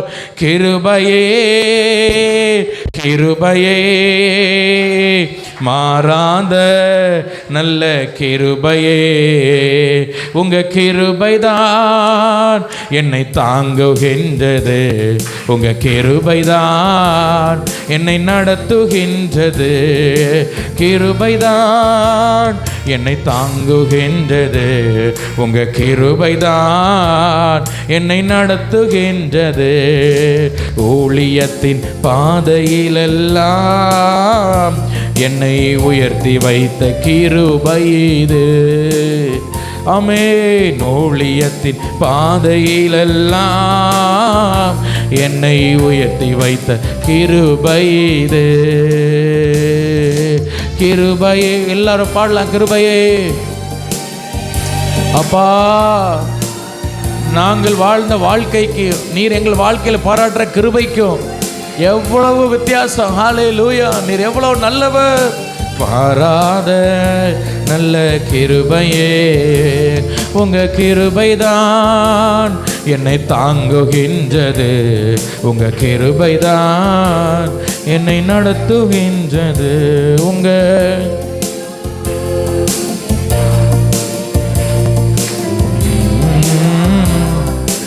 நடத்துகின்றது. அருமையானவர்களே, இந்த இயேசுவின் அன்பினால் நிரப்பப்பட்டு நீங்கள் வாழுங்க. ஹல்லேலூயா. இவ்வளவு துரோகம் பண்ணி இவ்வளவு ஆண்டவரை கோபப்படுத்தியும் ஆண்டவர் இந்த ஜனங்களை அழிக்கலை. கொஞ்சம் உபத்திரத்துக்குள்ளே கொண்டு போனார், ஆனால் நிர்மூலம் பண்ணலை, இவர்களை கைவிடலை. எவ்வளவு நல்ல தேவன் இவர். ஹல்லேலூயா. ஒரு மனுஷன் ஒரு வாட்டி வேதனையை தாங்குவார், 2 வாட்டி தாங்குவார். நம்ம ஆராதிக்கிற தேவன் எத்தனை வாட்டி நம்ம அவரை கஷ்டப்படுத்தியிருக்கோம். இந்த இஸ்ரவேல் ஜனங்கள் எத்தனை வாட்டி அவரை உருவ குத்திருக்காங்க, ஆனால் ஆண்டவர் மேல் கிருபையாக இருந்தார். ஹல்லேலூயா. இந்த அன்புக்காக நம்ம என்னவும் செய்யலாங்க. ஹல்லேலூயா. இந்த அன்புக்காக நம்ம வாழ்ந்தாங்க. இந்த இடத்துல இருக்க எத்தனை பேர் சொல்ல முடியும், கர்த்தர் என் மேல் வைத்த அன்பு பெரியது. ஹல்லேலூயா. அப்போ இயேசுவின் அன்பினால் நீங்கள் நிரப்பப்பட்டு வாழுங்க. ஒவ்வொரு நாளும் நீங்கள் நிரப்பப்பட்டு வாழுங்க. இன்றைக்கும் இயேசுவின் அன்பினால் நாம் நிரப்பப்படுவதால் வருகிற ஒரு 3 ஆசீர்வாதங்களை சுருக்கமாக நான் உங்களோடு பேசி நான் ஜெபிக்க விரும்புகிறேன். இயேசுவின் அன்பினால் நீங்கள் நிரப்பப்பட்டு வாழும் பொழுது நீங்கள் கிடைக்கிற ஆசீர்வாதங்கள். மீகா எழுதின தீர்க்க தரிசன புஸ்தகம் 7வது அதிகாரம் 19ஆம் வசனத்தை வாசிங்க. மீகா 7ஆம் அதிகாரம் 19ஆம் வசனத்தை ஒருவர் சீக்கிரம் வாசி. அவர் திரும்ப நம்மேல் இறங்குவார், நம்முடைய அக்கிரமங்களை அடக்கி நம்முடைய பாவங்களை எல்லாம் சமுத்திரத்தின் ஆழங்களில் போட்டு விடுவார். ஹல்லேலூயா. ஒரு ஹல்லேலூயா சொல்லுங்க. சரி, இப்போ நான் ஒரு 2 வசனம் சொல்லுவேன், எடுத்து வைத்துக் கொள்ளுங்கள். நீங்கள் வாசிக்கலாம், அப்புறம் வாசிக்கலாம். சரியா? யாராவது ஒருவர் சங்கீதம் 103:12 எடுத்து வச்சுக்கோங்க. இன்னொருவர் ஏசாயா 38:17. ஒருவர் சங்கீதம் 103:12. இன்னொருவர் ஏசாயா 38:17. கவனிங்க, ஒருவன் எவ்வளவு பெரிய பாவியாக இருந்தாலும் அவன் இயேசுவிடத்தில் திரும்ப வந்து அவன் மன்னிப்பு கேட்கும் பொழுது கர்த்தர் அவனை மன்னிக்கிறார். ஒரு அல்லேலூயா சொல்லுங்க. எவ்வளவு பெரிய பாவியாக இருந்தாலும் சரி, அவன் எவ்வளவு பெரிய துரோகமாக இருந்தாலும் சரி, அவன் எவ்வளவு இந்த உலகத்துக்குள்ள அவன் மூழ்கி இருந்தாலும் இயேசுவிடத்தில் திரும்ப வரும்பொழுது அவனை மன்னிக்கிறார். இங்கே சொல்கிறார், அவர் நம்மை திரும்ப எடுப்பிக்கிறார். ஹல்லேலூயா. திரும்ப நம்மை எழுப்புகிறார், திரும்ப நம்முடைய அன்புக்குள்ளாய் கொண்டு வருகிறார். அருமையான தெய்வ பிள்ளைகளே, கர்த்தருடைய வசனத்தை கேட்குற தேவனுடைய மகனே மகளே, இந்த காலை வேளையில் இயேசுடைய அன்பை விட்டு தூரம் போயிருக்கீங்களா? ஏசப்பா என்னை மன்னிக்க மாட்டாங்க, நான் நிறைய பாவம் பண்ணிட்டேன், நான் ஏசப்பாடு ரொம்ப தூரமாக இருக்கிறேன்னு நினைக்கிறியா? கர்த்தர் இந்த காலை வேளையில் உன்னை அழைக்கிறார். தன்னுடைய ஆணி பாய்ந்த கரத்தை நீட்டி உங்களை அழைக்கிறார். நீ இயேசுடைய இரத்த கோட்டைக்குள்ளாய், அவருடைய அன்புக்குள்ளாய், அவருடைய நாமத்துக்குள்ளாய் நீங்கள் ஓடி வரும்படியாக இயேசு அழைக்கிறார். ஹல்லேலூயா. எவ்வளவு பெரிய பாவியாக இருந்தாலும் நம்ம ஆண்டவர்கிட்ட நம்ம ஒப்பு கொடுக்கும் பொழுது நம்ம பாவத்தை மன்னிக்கிறாராம். என்ன பண்ணுறாரு தெரியுமா? அதை கடலின் ஆழத்தில் போட்டுறாராம். எவ்வளோ நல்ல தேவன். ஹல்லேலூயா. எங்கே கொண்டு போடுறாரு? கடலின் ஆழத்தில் கொண்டு போடுறார். இன்னொரு இடத்துல ஆண்டவர் நம்முடைய பாவங்களை போடுகிறார். சங்கீதம் 103:12 வாசிங்க. கிழக்குக்கும் மேற்குக்கும் எவ்வளவு தூரமோ நம்முடைய அவ்வளவு தூரமாக நம்முடைய பாவங்களை நம்மை விட்டு விலக்கிறார். கிழக்குக்கும் மேற்குக்கும் உள்ள தூரம். ஏசாயா 38:17 வாசிங்க.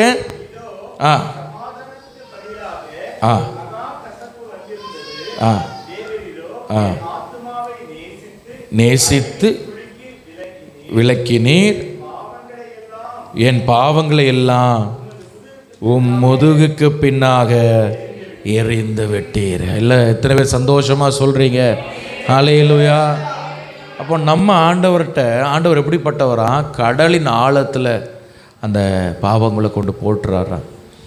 அருமையான தெய்வ பிள்ளைகளை, நம்முடைய ஆண்டவர் நம்முடைய பாவத்தை மீண்டும் அதை சொல்லி காட்டி நம்மை வேதனைப்படுத்துகிறவர் அல்ல. நம்ம ஆண்டவரிடத்துல வந்து நம்ம ஆண்டவரே நம் மன்னியும், உங்கள் அன்பால் என்னை நிரப்புன்னு சொல்லும் பொழுது அந்த பாவத்தை நம்முடைய வாழ்க்கையை விட்டு மாற்றி அதை கடலின் ஆழத்தில் மாற்றி கொண்டு போடுகிறார். அந்த பாவத்தின் மேல் ஒரு பெரிய ஜெயத்தை நமக்கு தருகிறார். ஹல்லேலூயா. நீங்கள் இயேசுவின் அன்பினால் நிரப்பப்படும் பொழுது உங்களுக்கு கிடைக்கல முதல் ஆசீர்வாதம் என்னன்னா, நீங்கள் பாவத்தை ஜெயிக்கிறவர்களாக நீங்கள் மாறுவீங்க. பாவத்தின் மேல் ஒரு பெரிய ஜெயத்தை ஆண்டவர் உங்களுக்கு தருவார். கிழக்குக்கும் மேற்குக்கும் எப்படி சம்பந்தம் இல்லாமல் இருக்கிறதோ அதே போல பாவத்துக்கும் உங்கள் வாழ்க்கைக்கும் சம்பந்தம் இல்லாத ஒரு வாழ்க்கையை கர்த்தர் உங்களுக்கு தருவார். ஒரு பரிசுத்த வாழ்க்கையை உங்களுக்கு தருவார். ஒரு மேன்மையான வாழ்க்கையை உங்களுக்கு தருவார். ஒரு ஆசீர்வாதமான வாழ்க்கையை உங்களுக்கு தருவார். ஹல்லேலூயா. இந்த இடத்துல இருக்கிற சில பேர் நினைக்கலாம், இல்லை சில பாவங்கள் என்னை அடிமைப்படுத்தி விட்டது, இந்த அடிக்ஷன்லாம் விட்டு வெளியே வர முடியாது, இந்த பாவத்திட்டெல்லாம் வெளியே வர முடியாது. குமாரன் உங்களை விடுதலையாக்கினால் மெய்யாகவே விடுதலையாவீர்கள். ஹல்லேலூயா.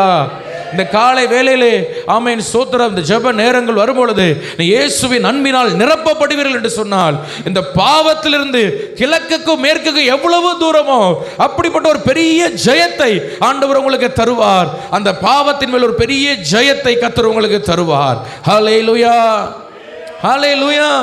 நீங்க இயேசுவின் அன்பினால் நிரப்பப்படுங்க. பாவத்தை எப்படி ஜெயிக்கிறது பாஸ்டர்? ஒன்றும் இல்லை, பாவங்க அன்பினால் நிரப்புங்கன்னு சொல்லுங்கள், அவ்வளோ போதும். ஹல்லேலூயா, ஹல்லேலூயா. இச்சை அடக்கம் எனக்கு எப்படி வரும்? இச்சை அடக்கம் எப்படி வரும்? இச்சை அடக்கம் என்னது? ஒரு பரிசுத்தம் அழகாக சொன்னார். இச்சை அடக்கம் என்பது அது சுய கட்டுப்பாட்டினால் வருவதல்ல, அது ஒரு ஆவிக்குரிய கனி. ஹல்லேலூயா. அது என்னது? சுய கட்டுப்பாட்டினால் வருவதல்ல, அது என்னது? ஆவிக்குரிய கனி. சுய கட்டுப்பாடுனா நம்ம மாம்சத்தில் முயற்சி பண்ணுறது, ஒழுங்காக இருக்கணும் அப்படி இப்படின்னு, அது ஆவிக்குரிய கனி. கனி எப்படி வரும்? ஆவிக்குரிய கனி எப்படி வரும்? ஏசப்பாவை நெருங்கும் பொழுது, அவரோடு உறவாடும் பொழுது, அவரோடு பேசும் பொழுது கனி தானாக வரும். ஹல்லேலூயா. அப்போ ஆண்டவரை நெருங்க நெருங்க ஆவியின் 9 கனி நமக்குள்ளே தானாக வரும். ஹல்லேலூயா. இந்த உலகத்தை நம்ம வெறுக்க ஆரம்பிப்போம், அசுத்தங்களை வெறுக்க ஆரம்பிப்போம், பாவங்களை வெறுக்க ஆரம்பிப்போம். ஆமென், ஹல்லேலூயா. அப்போ நம்முடைய சிந்தனையில ஒரு பரிசுத்தத்தை கர்த்தர் தருவார். சிந்தனையில ஒரு பெரிய ஜெயத்தை ஆண்டவர் உங்களுக்கு தருவார். நல்ல கவனிங்க, உங்க சிந்தனையை எப்பொழுதும் பிசாசுக்கு நீங்க இடம் கொடுத்துறாதீங்க. இயேசு கிறிஸ்து இந்த பூமியில அவர் மனுஷனாய் மரிக்கும் பொழுது மண்டையோட்டு மலை என்று சொல்லப்படுகிற அந்த கொல்கதா மலையில தான் அவர் மரித்தார், தன்னுடைய ஜீவனை கொடுத்தார்.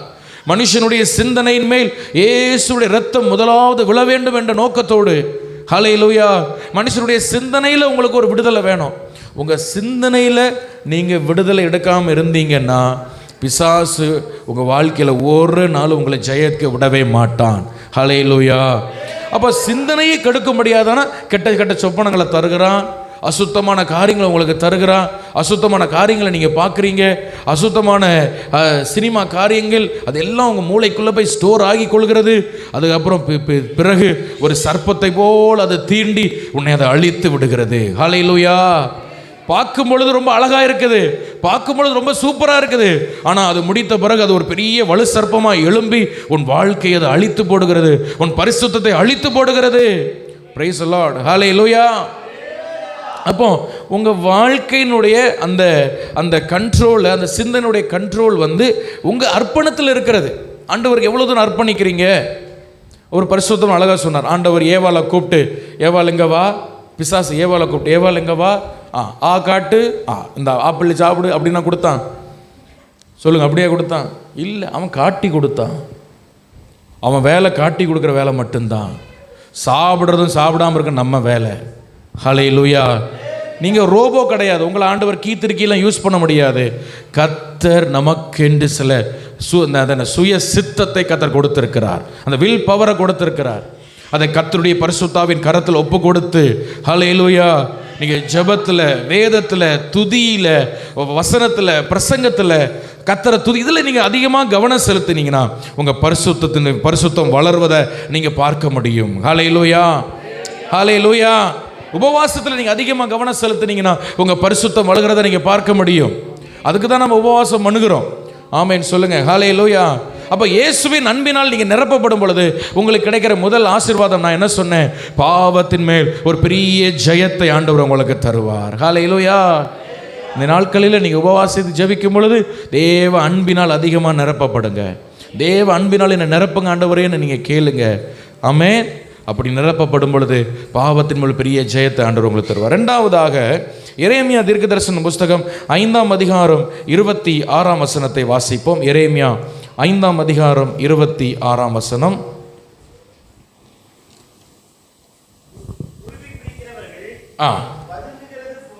குருவி பிடிக்கிறவர்கள் பதுங்குகிறது போல் பதுங்கி மனுஷரை பிடிக்க கண்ணிகளை வைக்கிற துன்மார்க்கர் என் ஜனங்களில் காணப்படுகிறார்கள். ஒரு அல்லேலூயா சொல்லுங்க. ஹல்லேலூயா. இங்கே இந்த இஸ்ரவேல் ஜனங்கள் ஆண்டவரை நெருங்க முடியாதபடி, ஆண்டவருடைய அன்பை உணர முடியாதபடி சில பொல்லாத மனிதர்கள் அங்கே இருக்கிறாங்க. அவர்களை ஏமாற்றுகிற மனிதர்கள். எரேமியா தீர்க்கதரிசி, கடைசி தீர்க்கதரிசி யூதேயா தேசத்துக்கு. எத்தனை பேர் கவனிக்கிறீங்க? ஒரு அல்லேலூயா சொல்லுங்க. தயவு செய்து கவனிங்க, தயவு செய்து கவனிங்க, பிசாசுக்கு இடம் கொடுக்காதீங்க. அப்போ இந்த எரேமியா என்ன பண்ணுறாருன்னா, அவர் ஒரு பாரப்படுறாரு. இந்த ஜனங்கள் ஏன் பரிசுத்தமாக வாழலைன்னா, ஒன்று இந்த ஜனங்களுக்கு தனிப்பட்ட முறையில் ஒரு ஒழுக்கம் இல்லை, இன்னொன்று சில மனிதர்கள் இவர்களை வஞ்சிக்கிறாங்க. சுற்றி இருக்கிற மனிதர்கள் எப்படி தெரியுமா, இந்த பறவைக்கு எரை போட்டு அந்த அந்த ஒன்று மரியாத அந்த இன்னசென்ட் பறவை, கள்ளங்கபடி இல்லாத பறவை, அந்த எறன்னு நினச்சி போய் சாப்பிடும் பொழுது அதை ஒரு வலை விரித்து ஒரு வேடன் பிரிக்கிறது போல சில பொல்லாத மனிதர்கள், சர்ப்பத்தை போல வஞ்சனை உடையவர்கள், இந்த பரிசுத்தத்தை கெடுக்கிற மனிதர்கள் இருக்கிறார்கள். ஹல்லேலூயா. இந்த இயேசுவின் அன்பை உணர முடியாதபடிக்கு, இயேசுக்கிட்ட வர முடியாதபடிக்கு, தெய்வத்துக்கிட்ட வர முடியாதபடிக்கு சில மனிதர்கள் உங்கள் வாழ்க்கையில் தடையாக இருப்பாங்க. நீங்கள் அவங்கள பார்த்து அவர்களை உங்கள் வாழ்க்கையை விட்டு ஒதுக்கி வைக்க வேண்டும். ஆமென் சொல்லுங்க. ஹல்லேலூயா. எல்லாட்டையும் அன்பாக இருக்கணும், சரிதான். ஆனால் சில மனிதர்கள் உங்கள் வாழ்க்கையில் எப்பொழுதுமே தேவனை நெருங்க விடாதபடிக்கு உங்களுக்கு ஒரு பெரிய தடையாக இருந்துட்டு இருப்பாங்க. உங்களுக்கு ஒரு பெரிய ஒரு எதிராக இருந்துட்டு இருப்பாங்க. ஒரு வஞ்சகமாய் பிசாசு அவர்களை பயன்படுத்தி கொண்டே இருப்பான். இப்படிப்பட்ட மனிதர்களுக்கு நீங்கள் கொஞ்சம் விலகிதான் இருக்க வேண்டும். இப்படிப்பட்ட மனித தந்திரங்களை விட்டு நீங்கள் விலகிதான் இருக்க வேண்டும். ஹல்லேலூயா. ஹல்லேலூயா. ஆமாம், ஆமென். ஒரு நாள் ஒரு பாஸ்டருக்கு ஒரு நியூஸ் வருது. ஒரு சபை நடத்துகிற ஒரு பாஸ்டர், ஒரு உண்மையாக நடந்த ஒரு சாட்சி நியூஸ் வருது. பாஸ்டர், என்னுடைய கணவர் என் பிள்ளையை போட்டு, அந்த வாலிப பிள்ளையை போட்டு அடித்து கொள்றாரு, வாங்க பாஸ்டர்னு அந்த அம்மா ஃபோனில் கதறுது. இவர் நைட்டாக வண்டி எடுத்துகிட்டு போகிறார். இவர் பிள்ளையை போட்டு அடிச்சு, பெத்த பிள்ளை, வாலிப பிள்ளை அடி. அவர் சொல்கிறார், அந்த ஊழியக்காரர் சொல்கிறார், காப்பாற்றி தான் கொண்டு வந்தேன் அந்த பிள்ளைய. அவன் கொஞ்ச நேரம் விட்டால் பிள்ளையை கொண்டு கூட போட்டிருப்பார். அவ்வளோ ஏன்டா இப்படி அடிக்கிற? இவா எங்கேயோ படிக்க அனுப்பின, இவ படிக்கிற இடத்துல ஒரு பையனை விரும்பிட்டா, இப்போ அந்த பையனை தான் நான் கல்யாணம் பண்ணுவேன் ஒத்த காலில் நிற்கா. ஹல்லேலூயா. ஏதோ வேலை செய்கிறா, ஆனால் இப்போ வேலை செய்கிறா, ஆனால் படிக்கும் பொழுதே இந்த அன்பு தொடர்ந்துருக்கு. அவனை தான் நான் கல்யாணம் பண்ணுவேன் நிற்கா. எவ்வளோ அடி வெறி பிடிச்சி நிற்காரு அவங்க அப்பா. பாஸ்டர் நீங்கள் தள்ளுங்க, இவ்வளோ நான் கையை காலம் முறிச்சு போடுறேன். அவர் சொல்கிற, எம்மா உங்கள் அப்பா இவ்வளோ கோவப்படுறாரு, நீ அதை விட்டு தொலைக்க வேண்டியதானே? இந்த பையன் வேற ஒரு பையனா இல்லை உலகத்தில், விட்டு தொலைக்க வேண்டியனா அவ சொல்கிறா அந்த பாஸ்டரை பார்த்து, பாஸ்டர் அவர் அடிக்கட்டும் பாஸ்டர், நாளைக்கு 1ஆம் தேதி, நாளைக்கு எத்தனாம் தேதி? இன்றைக்கி 31ஆம் தேதி, 1ஆம் தேதி சம்பளம் வரும். நானும் அவனை ஓடி போகலான்னு பிளான் பண்ணோம். 31ஆம் தேதி எப்படியோ மாட்டிக்கிட்டோம். இவ்வளோ வருஷம் நான் எங்கள் அப்பா கண்ணுக்கு மறைச்சேன், இன்னைக்கு மாட்டிக்கிட்டேன். அப்போ அவர் சொன்னார், ஆண்டவர் தான் அதை பண்ணியிருக்கிறார், ஆண்டவர் தான் தடையை கொண்டு வந்திருக்கிறார், தயவு செய்து நீ அவனை மறந்துடுமா. அவர் சொன்னார், இல்லை அங்கிள், என்னால் முடியாது. இவா அப்படி முடியாதுன்னு சொன்னால் அவர் இன்னும் கொஞ்சம் வெறி ஆகிறார் அடிக்கிறதுக்கு. வேறு வழி இல்லை. பாஸ்டரமாவும் சேர்ந்து அந்த பிள்ளைய சர்ச்சுக்கு கூட்டிகிட்டு வந்துட்டாங்க. அந்த சர்ச்சில் தங்குறதுக்கு ஒரு அறையை அந்த பிள்ளைக்கு ஒதுக்கி கொடுத்தாங்க. 3 நாள் அந்த பிள்ளை சபையில் தங்கினாள். அல்லேலூயா. 3 நாள் தங்குனா. இவர் சொல்கிறாரு, சபைக்கு பிரசங்கம் பண்ணுறதை விட அந்த பிள்ளைக்கு ஒவ்வொரு நாளும் காலையில் எழும்பினா ஆயத்தம் பண்ணி 15 மணி நேரம் பிரசங்கம் பண்ணியிருக்கார். எத்தனை மணி நேரம்? 15 மணி நேரம். 3 நாளும் சேர்த்து பாஸ்டரமாக உட்காந்து உனக்கு அவர் சொல்கிறார், எனக்கு தெரிஞ்ச வித்தையெல்லாம் நான் இறக்கி பார்த்துட்டேன், தெரிஞ்ச பேச்செல்லாம் நான் பேச்சு பார்த்துட்டேன். அவா என்ன பண்ணுவான் தெரியுமா? பாஸ்டர் உட்காந்து பேசுவார், இவ கால் மேலே கால் போட்டு உட்காந்து கேட்டுக்கிட்டே இருப்பா. எல்லாம் முடிஞ்ச பிறகு சொல்லுவா.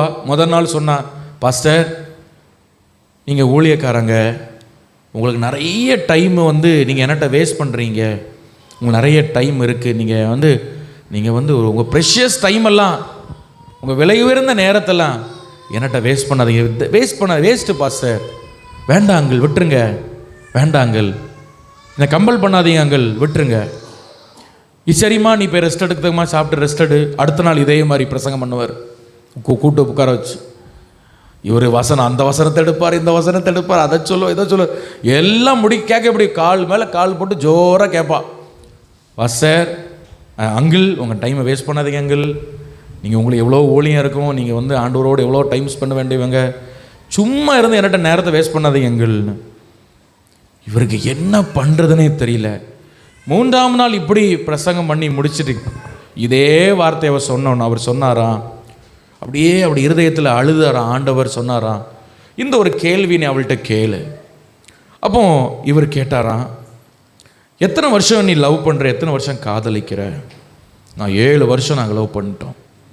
சரிம்மா, இத்தனை வருஷம் லவ் பண்ணல, என்னைக்காவது ஒரு நாள் இதில் நீ சமாதானமாக இருந்திருக்கியா? கர்த்தருடைய சித்தமாக இருந்தால் கர்த்தருடைய சித்தம் ஜீவனும் சமாதானமாக இருக்கும். உனக்கு சமாதானம் இருக்கா? இந்த பையனோடு நீ பேசுகிற பழகிற, நீ சமாதானமாக இருக்கிறியா? உனக்கு ஜீவன் இருக்கா அப்படின்னு கேட்டவுடனே மேலே போட்ட கால் அப்படியே மெதுவாக கீழே வந்தது. ஹல்லேலூயா. என்னங்கள் சொல்கிறீங்க? தேவனுடைய சித்தமாக இருந்தால் இந்த விஷயத்தில் உனக்கு சமாதானம் இருக்கும். நீங்கள் 2 பேரும் சமாதானமாக இருப்பீங்க, நீங்கள் 2 பேரும் ஐக்கியமாக இருப்பீங்க. இல்லைன்னு சொன்னால் ஒவ்வொரு நாளும் நீ நரக வேதனை தான் படுற. நான் சொல்கிறது சரியான்னு கேட்டார். அப்படியே முழங்கால் போட்டு அழ ஆரம்பித்தா. அவள் சொல்கிறாரு, அப்படியே சொல்கிற நெஞ்சில் அடித்தவ அழுது. அவள் சொல்கிறான், அப்போ அங்கிள் நான் நல்லா ஜெபிக்கிற அங்கே பிள்ளை அங்கிள், நான் நல்ல சர்ச்சுக்கு போவேன், நல்லா எல்லா மீட்டிங் நான் அட்டன் பண்ணுவேன், நல்லா ஃபாஸ்டிங் பண்ணி வாரத்துக்கு ஒரு நாள் நான் ஜெபம் பண்ணுவேன். என்னைக்கு இந்த காதல் வந்ததோ அன்றையில் என் ஜெபம் போச்சு. இந்த பையனோடு டெய்லியும் சண்டை, டெய்லியும் யுத்தம், அவன் அதை எதையாவது சொல்லி டெய்லியும் அழுக, டெய்லியும் போராட்டம். எனக்கு அவனை விடவும் முடியல, அவனை பிடிக்கவும் முடியல, நான் என்ன பண்ணுறதுன்னு எனக்கு தெரியலன்னு அவர் அழுதாள், மனம் திரும்பினாள், ஒப்பு கொடுத்தாள். ஹல்லேலூயா. தேவ சித்தத்துக்கு நான் ஒப்பு கொடுக்கிறேன் ஏசப்பா என்று சொல்லி அவள் தேவனுடைய சித்தத்துக்கு தன்னை ஒப்பு கொடுத்தாள். அதை தூக்கி எறிந்தாள். கர்த்தர் அவளுக்கு நல்ல ஒரு மகனை கொண்டு வந்தார். இன்னைக்கு அந்த ஊழியக்காரர் சொல்கிறாரு, இன்னைக்கு ஒரு சமாதான புருஷனை கர்த்தர் அவளுக்கு கொடுத்துருக்கிறார். ஒரு அல்லேலூயா சொல்லுங்க. நல்ல ஒரு வேலையில் நல்ல 2 பிள்ளைகளோடு சமாதானமாய் அவள் வாழ்கிறாள். அப்போ உங்கள் வாழ்க்கையில் சில பொல்லாத மனிதர்கள் இருப்பாங்க, உங்கள் பரிசுத்தத்தை கெடுத்து போட. ஹல்லேலூயா. அவங்கள்ட்ட போய் உட்காந்து பேசினா ஒரு சமாதானம் இருக்காது. அப்போ தேவ சித்தத்தை அப்போ அவங்கக்கிட்ட போய் இருந்தால் அவங்களுக்கு ஒரு இது இருக்காது. அப்படிப்பட்டவர்கள் நீங்கள் என்ன பண்ணணும்னா கொஞ்சம் விலகி இருக்க வேண்டும். ஹல்லேலூயா. அப்போ தேவ அன்பினால் நீங்கள் நிரப்பப்படும் பொழுது கர்த்தர் என்ன பண்ணுவார் தெரியுமா? பொல்லாத மனிதர்களிடத்திலிருந்து அவர்கள் மேல் ஒரு ஜெயத்தை உங்களுக்கு தருவார். பொல்லாத மனிதர்கள் உங்கள் வாழ்க்கையை விட்டு விலக்குவார். அந்த ஞானத்தை உங்களுக்கு தருவார். சங்கீதம் 51 சங்கீதம் 6 வசனம் இப்படியாக சொல்லுகிறது. வாசிங்க. சங்கீதம் 51 சங்கீதம் 6 வசனத்தை வாசிச்சு பாருங்க. இதோ உள்ளத்தில் உண்மை இருக்க விரும்புகிறீர், அந்த கரணத்தில் ஞானத்தை எனக்கு தெரியும். அதான் அந்த கரத்தின் ஞானம் சொன்னால் அதுதான் அந்த ஆத்துமாவிலே ஒரு சமாதானம் இருக்கும். ஹல்லேலூயா. நல்லா கவனிங்க. நிறைய பேர் என்கிட்ட சொல்லுவாங்க, பாஸ்டர் தேவ சித்தத்தை எப்படி கண்டுபிடிக்கிறது, தேவ சித்தத்தை எப்படி கண்டுபிடிக்கிறது? ஹல்லேலூயா. இவங்க ஜோம் பண்ணவும் மாட்டாங்க. நல்ல ஜோம் பண்ணால் ஈஸியாக கண்டுபிடிக்கலாம். ஆனால் சரி, அப்படி உங்களுக்கு கண்டுபிடிக்க முடியும்னா ஒன்று சொல்லட்டுமா? தேவ சித்தம் என்பது நீங்கள் அந்த காரியத்துக்காக ஜெபிக்கும் பொழுதோ, இல்லை அந்த காரியத்துக்காக நீங்கள் முன்னெடுத்த ஒரு காரியத்தை செய்யும் பொழுதோ, உங்கள் உள்ளான மனுஷனில் ஒரு சமாதானம் இருக்கும். கர்த்தர் உங்களுக்குள்ள ஒரு பெரிய சமாதானத்தை தருவார். அதை வச்சு நீங்கள் கண்டுபிடிக்கலாம். ஹல்லேலூயா. வாலிப பிள்ளைகள் கவனிக்கிறீங்களா? பெரியவங்க கவனிக்கிறீங்களா? நீங்கள் ஒரு விஷயத்தை முன்னெடுத்து நடத்தி கொண்டு போகிறீங்க, இல்லை ஒரு காரியத்தை செய்கிறீங்க, அதுக்காக ஜெபம் பண்ணும் பொழுது உங்கள் மனசு அளவளப்பாக இருக்குது, சரியாக அதுக்காக இது பண்ண முடியல அப்படின்னா நீங்கள் புரியணும், கர்த்தருடைய சித்தம் அதில் இல்லை. அப்போ சமாதானம் என்ன அடையாளம்னா, அது ஒரு புத்தி கட்டாத ஒரு சமாதானத்தை ஆண்டவர் தருவார் பாருங்க. அப்போ நம்ம கண்டுபிடிக்கலாம் இது தேவ சித்தம் என்று. ஹல்லேலூயா. அப்போ அந்த கரத்தில் ஞானத்தை ஆண்டவர் உங்களுக்கு தருவார். தேவனுடைய அன்பினால் நீங்கள் நிரப்பப்படும் உங்கள் ஆத்துமாவில் ஒரு ஞானம், எது தேவனுக்கு பிரியமானது என்று நீங்கள் கண்டுபிடித்து சில பொல்லாத மனிதர்களை உங்கள் வாழ்க்கையை விட்டு நீங்கள் அகற்றி கொள்ள, அவர்கள் மேல் ஜெயம் எடுக்க தேவ அன்பு உங்களுக்கு உதவி செய்கிறது. ஹல்லேலூயா. உங்கள் வாழ்க்கையை அழிக்க முடியாத சில பொல்லாத மனிதர்கள் உங்களுக்கு விரோதமாக போராடுவாங்க, பொறாமையினால் கிரியை செய்வாங்க. இவர்கள் மேல் ஒரு ஜெயம் எடுக்க தேவ அன்பு உங்களுக்கு உதவி செய்யும். நீங்கள் தேவ அன்பினால் நிரப்பப்பட்டு பாருங்கள், எந்த மனுஷ ஆயுதம் உங்களுக்கு விரோதமாய் வாய்க்காது, எந்த மனித வல்லமை உங்களுக்கு விரோதமாக வாய்க்காது. ஆமென். ஹல்லேலூயா. மூன்றாவதாக ஏசாயா 65 அதிகாரம் 17 வசனம். ஏசாயா 65 அதிகாரம் 17 வசனத்தை வாசியுங்க.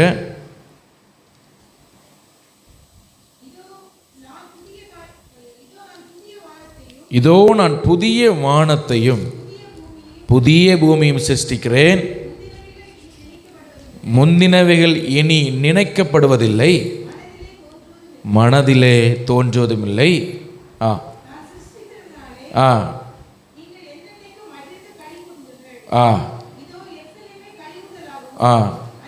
அதன் ஜனத்தை மகிழ்ச்சியாகவும் சிருஷ்டிக்கிறேன். ஹல்லேலூயா. எல்லாரும் கவனிங்க, முக்கியமாக வாலிய பிள்ளைகள் கவனிங்க. நீங்கள் தேவ அன்பினால் நிரப்பப்பட்டிருப்பீங்கன்னா உங்கள் எதிர்காலம் சமாதானமாய் ஆசீர்வாதமாக இருக்கும். ஹல்லேலூயா. இன்னைக்கு சில கஷ்டங்கள் உங்களுக்கு இருக்கலாம், ஆனால் உங்கள் எதிர்காலத்தை கர்த்தர் ஆசீர்வதி. இங்கே ஏசாயா தேவனுடைய அன்புக்குள்ளே இருக்கிற ஒரு கூட்டத்துக்கு எதிர்காலத்தை பற்றி பேசுகிறார். என்ன சொல்கிறார்? ஒரு புதிய வானத்தை ஆண்டவர் உங்களுக்கு சிருஷ்டிக்கிறார். ஹல்லேலூயா. ஒரு புதிய பூமியை கர்த்தர் சிருஷ்டிக்கிறார். அப்புறம் என்ன சொல்ல வருகிறேன்னா, நீங்கள் தேவ அன்பினால் நீங்கள் நிரப்பப்பட்டு இருந்தீங்க அப்படின்னா ஒரு எதிர்காலம் உங்களுக்கு இருக்கிறது, ஆசீர்வாதமான எதிர்காலம் உங்களுக்கு ஆண்டவர் வச்சிருக்கிறார். இந்த இடத்துல ஆண்டவர் ஆராதிக்கிற பெரியவர்களுக்கானாலும் சரி, நீங்கள் சில விஷயங்களுக்காக நீங்கள் ஆண்டவர்கிட்ட ஜெபம் பண்ணி கொண்டு இருக்கிறீங்க, ஆண்டவர் உங்களுக்கு ஒரு ஆசீர்வாதமான எதிர்காலத்தை, இதோ நான் சகலவற்றையும் புதிதாக்குறேன்னு சொன்னவர், நீங்கள் தேவ அன்பினால் நிரப்பப்பட்டு அவருடைய அன்புக்கு நீங்கள் உண்மையான பாத்திரமாய் நடந்து கொண்டால் உங்கள் எதிர்காலம் மகிமையாய் ஆச்சரியமாக இருக்கும் என்பதிலே அது சந்தேகமே இல்லை. ஹல்லேலூயா. ஹல்லேலூயா. உங்கள் எதிர்காலம் ஆசீர்வாதமாக இருக்கும். கேத்ரின் குல்மன் என்ற ஒரு தாயார், அந்த அம்மா மரிக்கும் பொழுது, அந்த அம்மா கணவரால் ஒதுக்கப்பட்டவங்க, அவங்களுக்கு அழகு இல்லைன்னு சொல்லி ஒதுக்கப்பட்ட ஒரு அம்மா. இந்த அம்மா மரிக்கிற நேரத்தில் இறந்துட்டாங்க, ஹாஸ்பிட்டலில் இறந்துட்டாங்க. அந்த ஹாஸ்பிட்டல் முழுவதும் ரோஸ் இருக்குல்ல, இந்த ரோஜா மனம் வீசுது. அப்படி ரோஜா மனம் வீசுது. எங்கடா யாருடா ரோஸ் வச்சுருக்கா, யாருடா ரோஸ் வச்சுருக்கா, எல்லாம் சுற்றி சுற்றி பார்க்குறாங்க. கீழ் தளத்துக்கு போனால் அங்கேயும் ரோஜா மணக்கு, ரோடு வரைக்கும் மணக்குது, ரோஸ் ஸ்மெல். அந்த அம்மா இறந்துருக்குறாங்க. ஹல்லேலூயா. தன்னுடைய கணவரால் ஒதுக்கப்பட்ட ஒரு அம்மா, பிள்ளைகள் கிடையாது. அவங்க சொல்கிறாங்க, என்னிடத்தில் இருக்கிற விலையேற பெற்ற ஒன்று உண்டுன்னா அது என்னுடைய பரிசுத்த ஆவியானவர் மட்டும்தான், அவரை நீங்கள் வேதனைப்படுத்தாதீங்க அப்படிலாம் சொல்லி பிரசங்கம் பண்ணுவாங்க. ஹல்லேலூயா. எப்பொழுதும் தேவனுடைய சமூகத்தில் தன்னை தாழ்த்தி அழுது ஜபிக்கிற ஒரு தாயார். நமக்கு உலகத்தில் வேறு எதுவுமே கிடையாது, அவங்கள்ட்ட இருந்ததெல்லாம் இயேசுவின் அன்பினால் மட்டும் மட்டும் அவங்க நிரப்பப்பட்டிருந்தாங்க. அவங்க மரிக்கும் பொழுது எல்லாரும் கேட்குறாங்க, என்ன ரோஸ் மணக்குது, ரோஸ் மணக்குது. ஹல்லேலூயா. என்ன தெரியுமா, அந்த அம்மாவுக்கு ஒரு ஆசை. அவங்க சொல்லியிருக்காங்க, அந்த அம்மாவுக்கு ரோஸ் நல்லா பிடிக்குமா. அவங்க சொல்லியிருக்காங்க, நான் மரிக்கும் பொழுது என்னுடைய அந்த இதில் ரோஸ் வைங்க, இந்த பெட்டிக்கு பக்கத்தில் ரோஸ் வைங்க. நான் அதை படிக்கும்போது என் இருதயம் உடஞ்சிட்டு. ஹல்லேலூயா. அந்த ஆசை ஆண்டவர் நிறைவேற்றுகிறார் பாருங்க, ரோஸ் வைக்காமலே. ஹல்லேலூயா. நம்ம இயேசுவின் அன்பினால் நீங்கள் நிரப்பப்பட்டு இருந்தீங்கன்னா உங்கள் எதிர்காலம் மகிமையாக இருக்கும். ஹல்லேலூயா. அந்த அம்மா நினச்சாங்க, இனி எனக்கு எதிர்காலமே கிடையாது, என் பிள்ளைகள் இல்லை, கணவர் இல்லை, எதிர்காலமே கிடையாது. ஆனால் அந்த அம்மாவுக்கு ஆவிக்குரிய மகனாய் ஆண்டவர் பென்னிகின் என்ற ஒரு தேவனுடைய மனுஷனை கொடுத்தார். ஹல்லேலூயா. இந்த அம்மா செய்ததை விட அதிகமான பெரிய ஊழியத்தை அற்புத அடையாளங்களோடு செய்ய. ஹல்லேலூயா. ஒரு நாள் பென்னிகின் தன்னுடைய மனைவியை கூட்டிக் கொண்டு அந்த கேத்ரின் குல்மன் அம்மாவுடைய அந்த கல்லறைக்கு முன்பாக நின்று சொல்லுகிறார், இந்த அம்மா மூலமாக தான் நான் இயேசுவை அறிந்து கொண்டேன். இந்த படுத்திருக்கிற இந்த தாயாருடைய சரீரத்துக்கு முன்பாக நின்று சொன்னார், இவர்கள் மூலமாக தான் இரட்சகராக இயேசுவை நான் அறிந்து கொண்டேன். ஹல்லேலூயா. நான் என்ன சொல்கிறேன், நீங்கள் தேவனுடைய அன்பினால் நிரப்பப்பட்டிருக்கும் பொழுது உங்கள் சின்ன சின்ன ஆசை கூட கர்த்தருக்கு ரொம்ப விலையேற பெற்றதாக இருக்கும். ஹல்லேலூயா.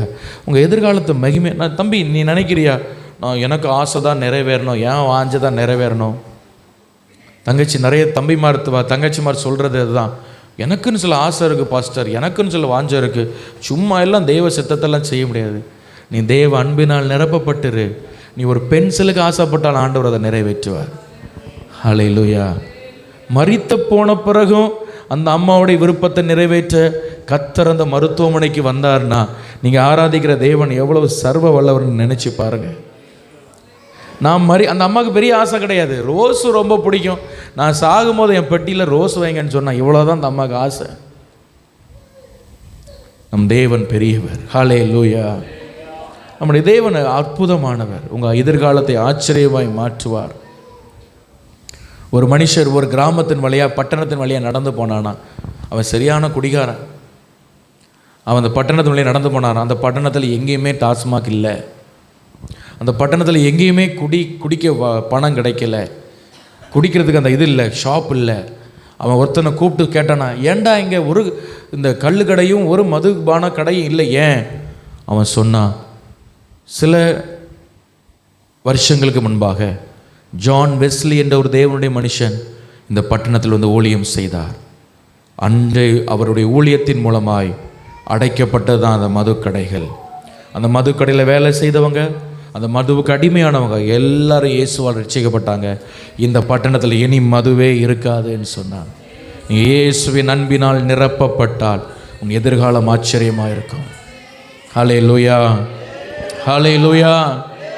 ஹல்லேலூயா.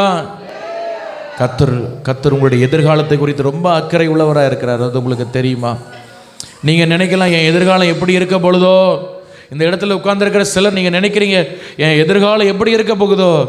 அருமையான தேவ பிள்ளையே, மகனே, மகளே, உன்னுடைய எதிர்காலத்தை குறித்து ஒரு பெரிய விலையேற பெற்ற திட்டத்தை கர்த்தர் வைத்திருக்கிறார். உன்னுடைய எதிர்காலம் மட்டுமல்ல, உன்னுடைய பிள்ளைகள், உன்னுடைய பிள்ளைகளின் பிள்ளைகளை குறித்து என் தேவனுடைய கரத்திலே மேன்மையான திட்டம் உண்டு என்று விசுவாசிக்கிறவர்கள் கரங்களை தட்டி இயேசுவை மகிமைப்படுத்துங்க. நீங்க தேவ அன்பினால் நிரப்பப்பட்டிருந்தால் நீங்க கைவிடப்படுவதில்லை. உங்க எதிர்காலம் அவருடைய கரத்திலே, அவருடைய பார்வையிலே விசேஷமா இருக்கிறது. நீங்க ஒரு நாளும் கைவிடப்படுவதில்லை. அவர் சகலவற்றையும் உங்களுக்காய் புதிதாக்குகிற ஜீவனுள்ள தேவனா இருக்கிறார். ஹல்லேலூயா. அருமையான வாலிப தம்பி, தங்கச்சி, நீ தேவனுடைய சித்தத்துக்கு ஒப்பு கொடுத்து வாழு. உன் குடும்பம் எப்படி இருந்தாலும் சரி, அப்பா எப்படி இருந்தாலும் சரி, அம்மா எப்படி இருந்தாலும் சரி, உன் தகப்பன் குடிக்காரனாக இருந்தாலும் சரி, நீ இயேசுவின் அன்பினால் நிரப்பப்பட்டிருந்தால் உன் எதிர்காலம் ஆசீர்வாதமாக இருப்பதை எந்த பொல்லாதாவையும் மனுஷனும் தடுக்க முடியாது. ஹல்லேலூயா. உன் வாழ்க்கையில் வேறு என்ன நீ சாதிக்க போகிற? ஏசப்பா உங்கள் அன்பினால் என்னை நிரப்புங்கன்னு சொல்லு. அந்த அன்புக்கு நீ உண்மையாய் உங்களை அர்ப்பணிங்க. அவருடைய அன்பினால் நிரப்பப்பட்ட ஒரு வாழ்க்கையை நீங்கள் வாழுங்க. ஹல்லேலூயா. அனுதினமும் ஜெபம் பண்ணுங்க. ஏசப்பாவை நேசிங்க, அவரை துதிங்க, பாடுங்க, பிரசங்கங்களை கேளுங்க, இயேசுவோடு உங்கள் நேரத்தை செலவழிங்க. உங்கள் எதிர்காலம் மகிமையாக இருப்பதை இந்த உலகம் காணப்போகிறது. ஹல்லேலூயா. இந்த உலகத்தில் நாம் எதுவும் கொண்டு வந்ததும் இல்லை, கொண்டு போகிறதும் இல்லை. நமக்கு இருக்கிற ஒரே சொத்து இயேசு மாத்திரமே என்று சொல்லுகிறவங்க ஒரு விசை கூட இயேசுவை மகிமைப்படுத்தலாமா? ஹல்லேலூயா, ஹல்லேலூயா. நம்ம எல்லாரும் முழங்கால் பண்ணி ஜெபம் பண்ணலாமா? ஹல்லேலூயா. சொந்தம் என்று சொல்லிக்கொள்ள எல்லாரும் ஜெபம் பண்ணலாம். அரும் இல்ல சொத்து என்று அள்ளிக்கொள்ள உம்மை விட்டா ஏதும் இல்ல. சொந்தம் என்று சொல்லிக்கொள்ள உம்மை விட யாரும் இல்ல. சொத்து என்று அள்ளிக்கொள்ள உம்மை விட்டா ஏதும் இல்ல. சொந்தம் என்று சொல்லிக்கொள்ள, சொந்தம் என்று சொல்லிக்கொள்ள உம்மை விட்டா யாரும் இல்ல. சொத்து என்று அள்ளிக்கொள்ள உம்மை விட யாரும் இல்ல. இயேசுவே, இயேசுவே. அந்த நாமத்தை சொல்லி கூப்பிடுங்க பார்ப்போம். அவருடைய அன்பினால் உங்களை அவர் நிரப்புகிறார். ஓ இயேசுவே, இயேசுவே, எல்லாம் இயேசுவே, இயேசுவே, எல்லாம் இயேசுவே. உம் தழும்புகளால் நான் குணமானேன், உம் வார்த்தையினால் நான் பலனானேன். உம் தழும்புகளால், பாடுங்க தம்பி தங்கச்சி, பாடுமா. வார்த்தையினால் நான் பலனானே, நான் பலனானே, நான் பலனானே. இயேசுவே, இயேசுவே, எல்லாம் இயேசு. ஆவில நிரம்பி பாடுவோம். ஷிகாட்டானா லாராகா, எங்கள் சொந்தம் என்று சொல்ல இயேசுவே. உம் கிருபையினால் நான் பிழைத்து கொண்டேன், உம் பாசத்தினால் நான் திகைத்து போனேன். உம் கிருபையினால் நான் பிழைத்து கொண்டேன், உம் பாசத்தினால் நான் திகைத்து போனேன். உம் கிருபையினால் நான் பிழைத்து கொண்டேன், உம் பாசத்தினால் நான் திகைத்து போனேன். உம் கீழே பாடும்போது தேவ அன்பு உன்னை நிரப்புகிறது. உம் பாசத்தினால் நான் திகைத்து போனேன், நான் திகைத்து போனேன், நான் திகைத்து போனேன். இயேசுவே, ஏசப்பா, அந்த சிலுவையின் அன்பினால், அந்த உண்மையான அன்பினால், அந்த கள்ளம் கபடில்லாத எங்களை உண்மையாய் நேசிக்கிற, நாங்கள் பாவிகளாய் இருக்கையில் எங்கள் மேல் அன்பு கூர்ந்த அந்த அன்பினால் எங்கள் சபையை நிரப்போ. நாங்கள் வாழ்கிறது ஒரு வாழ்க்கை உம்முடைய அன்பினால் நிரப்பப்பட்டிருக்க, உம்முடைய அன்பின் அபிஷேகத்தால் பவுலை அபிஷேகித்தீரே. கிறிஸ்துவின் அன்பை விட்டு என்னை பிரிப்பவன் யார் என்று சொன்னாரே, அந்த அன்பின் அபிஷேகத்தால் என்னை நிரப்புங்க, நிரப்புங்க. ஹல்லேலூயா, ஹல்லேலூயா, ஹல்லேலூயா. கைகளை தட்டி கர்த்தரை மகிமைப்படுத்துவோம். அவருடைய அன்பினால் அவர் நம்மை நிரப்புகிறார். உம்மாவியினால் நான் பிறந்து விட்டேன், உம் ஊழியத்திற்காய் நான் உயிர் வாழ்வேன். உம்மாவியினால் நான் பிறந்து விட்டேன், உம் ஊழியத்திற்காய் நான் உயிர் வாழ்வேன், நான் உயிர் வாழ்வேன், நான் உயிர் வாழ்வேன், நான் உயிர் வாழ்வேன், நான் உயிர் வாழ்வேன். நான் ஆவியினால் நான் பிறந்து விட்டேன், உம் ஊழியத்திற்காய் நான் உயிர் வாழ்வேன், நான் உயிர் வாழ்வேன்.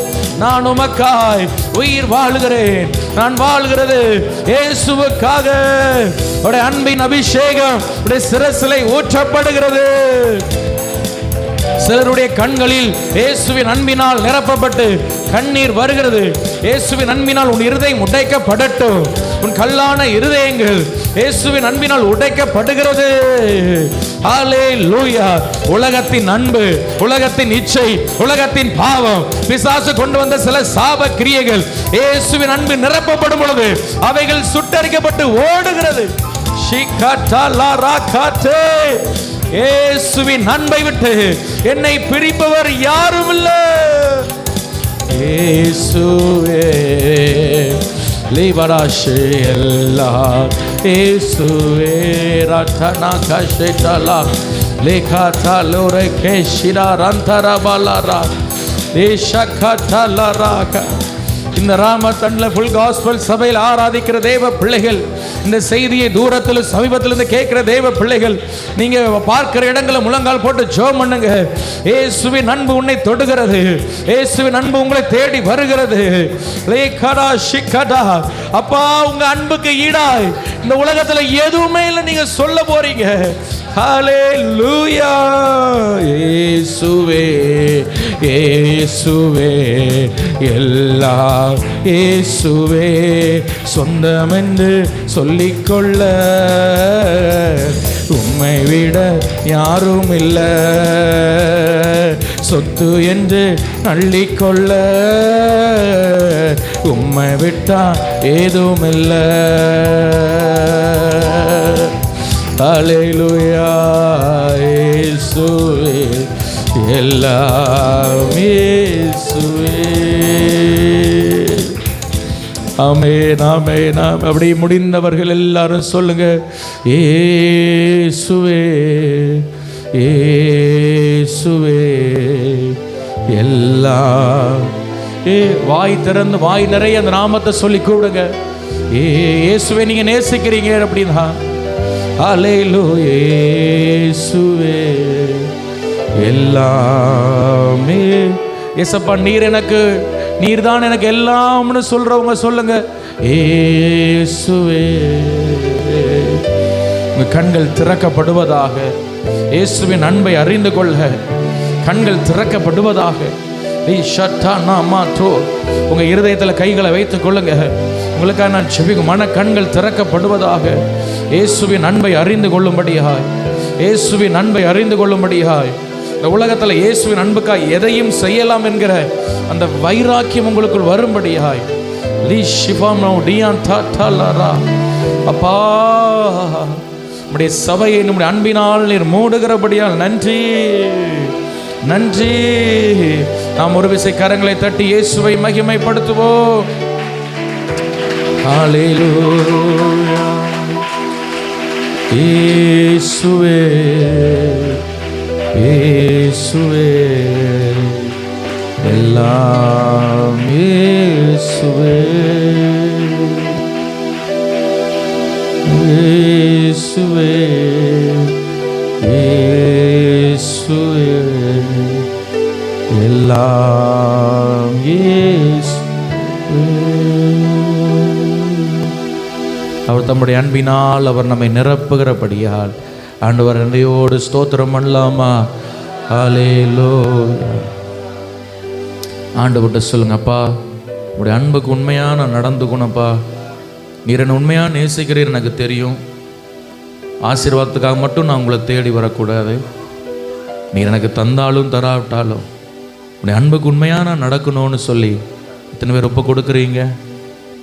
உங்களுக்கு தெரியும் ஏசப்பா உங்களை உண்மையாக நேசிக்கிறார். அருமையான வாலிப பிள்ளை, உனக்கு தெரியும் ஏசப்பா உன்னை உண்மையாக நேசிக்கிறார். நீ ஒப்பு கொடுமா? ஏசப்பா உங்கள் அன்பினால் நான் நிரப்பப்பட்டு இருக்கேன். ஹல்லேலூயா. ஷிஃப்லிமென்யா தாராக்கோ சிட்டி கட்டான. உங்கள் அன்புக்கு நான் உண்மையாக இருக்கணும் ஏசப்பா. உங்கள் அன்பின் கயிறால் என்னை கட்டுன்னு சொல்லுங்க. பவுல் சொல்கிறார், நான் கத்தருக்காய் கட்டப்பட்டிருக்கேன்னு சொல்கிறார்ல.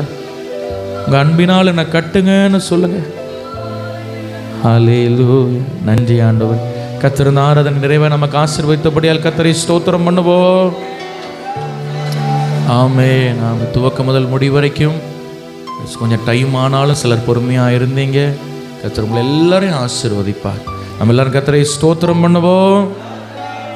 ஸ்தோத்திரம் ஸ்தோத்திரம். அருமையானவர்களே, இன்றைக்கு நடக்கிற அந்த சாயங்கால கூட்டம் இன்றைக்கி நடக்காது. ஆமீன். சோத்திரம். என்னுடைய சில கொஞ்சம் வேலைகள் இருக்கிறது, இந்த டயர்டாக இருக்கிறது. எனவே இரவுனே கொஞ்சம் தூக்கம் இல்லை, அதனால் சாயங்காலம் ஜெபம் இருக்காது. நாளையிலிருந்து திங்களிலிருந்து நமக்கு அதிகாலை ஜெபம், இரவு ஜெபம் நடைபெறும். எனவே நீங்கள் அந்த ஜெபங்களில் பங்கெடுங்க. வீடுகளுக்கு போய் நல்ல ஜெபித்து நீங்கள் ஆண்டவரை தொடர்ந்து நேசித்து பற்றி கொள்ளுங்க. ஆண்டவர் உங்களை ஆசீர்வதிப்பார். இயேசுவின் நாமத்தில் கர்த்தருடைய ஊழியனாய் மனதார உங்களை நான் ஆசீர்வதிக்கிறேன். நீங்கள் வாழ்ந்திருப்பீர்களாக, நீங்கள் சுகித்திருப்பீர்களாக, உன் பிள்ளைகள் ஆண்டவரை உயர்ந்த நிலையில் இருப்பார்களாக. ஆண்டவரே, இந்த மனதார ஆசீர்வதிக்கிறேன். ஆண்டவரை உடைய முகத்தை உடைய பிள்ளைகள் மேல் பிரகாசிக்க பண்ணி, உடைய விளக்கை கர்த்தர் எரிய பண்ணி, ஆண்டவரே ஜாதி ஜனங்களுக்கு ஒரு பெரிய பிரகாசமாக இவர்களை நீர் மாற்றும். ஆசீர்வதியும். சாத்தானுடைய ராஜ்யத்தை இவர்களை கொண்டு இடித்து உடைய ராஜ்யத்தை நீர் கட்டும். துதிகன மகிமை உமக்கே ஏறெடுக்கிறேன் இயேசுவின் நாமத்தில் பிதாவே. எல்லாரும் சேர்ந்து சொல்வோம். என் ஆத்துமாவே கர்த்தரை ஸ்தோத்திரி, என் முழுவலுமே பரிசுத்த நாமத்தை ஸ்தோத்திரி. என் ஆத்துமாவே கர்த்தரை ஸ்தோத்திரி, அவர் செய்த சகல உபகாரங்களையும் மறவாதே. நம்முடைய கர்த்தராகிய இயேசு கிறிஸ்துவின் கிருபை, பிதாவாகிய தேவனுடைய அன்பு, பரிசுத்தாவின் ஐக்கியம், சிநேகம், பாதுகாவல், வழிநடத்தல் வேண்டும் சதா காலங்களிலும் நம் அனைவரோடு கூட நீடித்தும் நிறைந்தும் நிலைத்தும் இருப்பதாக. கரங்களை உயர்த்தி 3 அல்லேலூயா சொல்லுவோம். அல்லேலூயா, அல்லேலூயா, ஆமென். கர்த்தர் உங்களை ஆசீர்வதிப்பார். கர்த்தர் உங்களோடு இருப்பார். ஸ்தோத்திரம். மைக்கெல்லாம்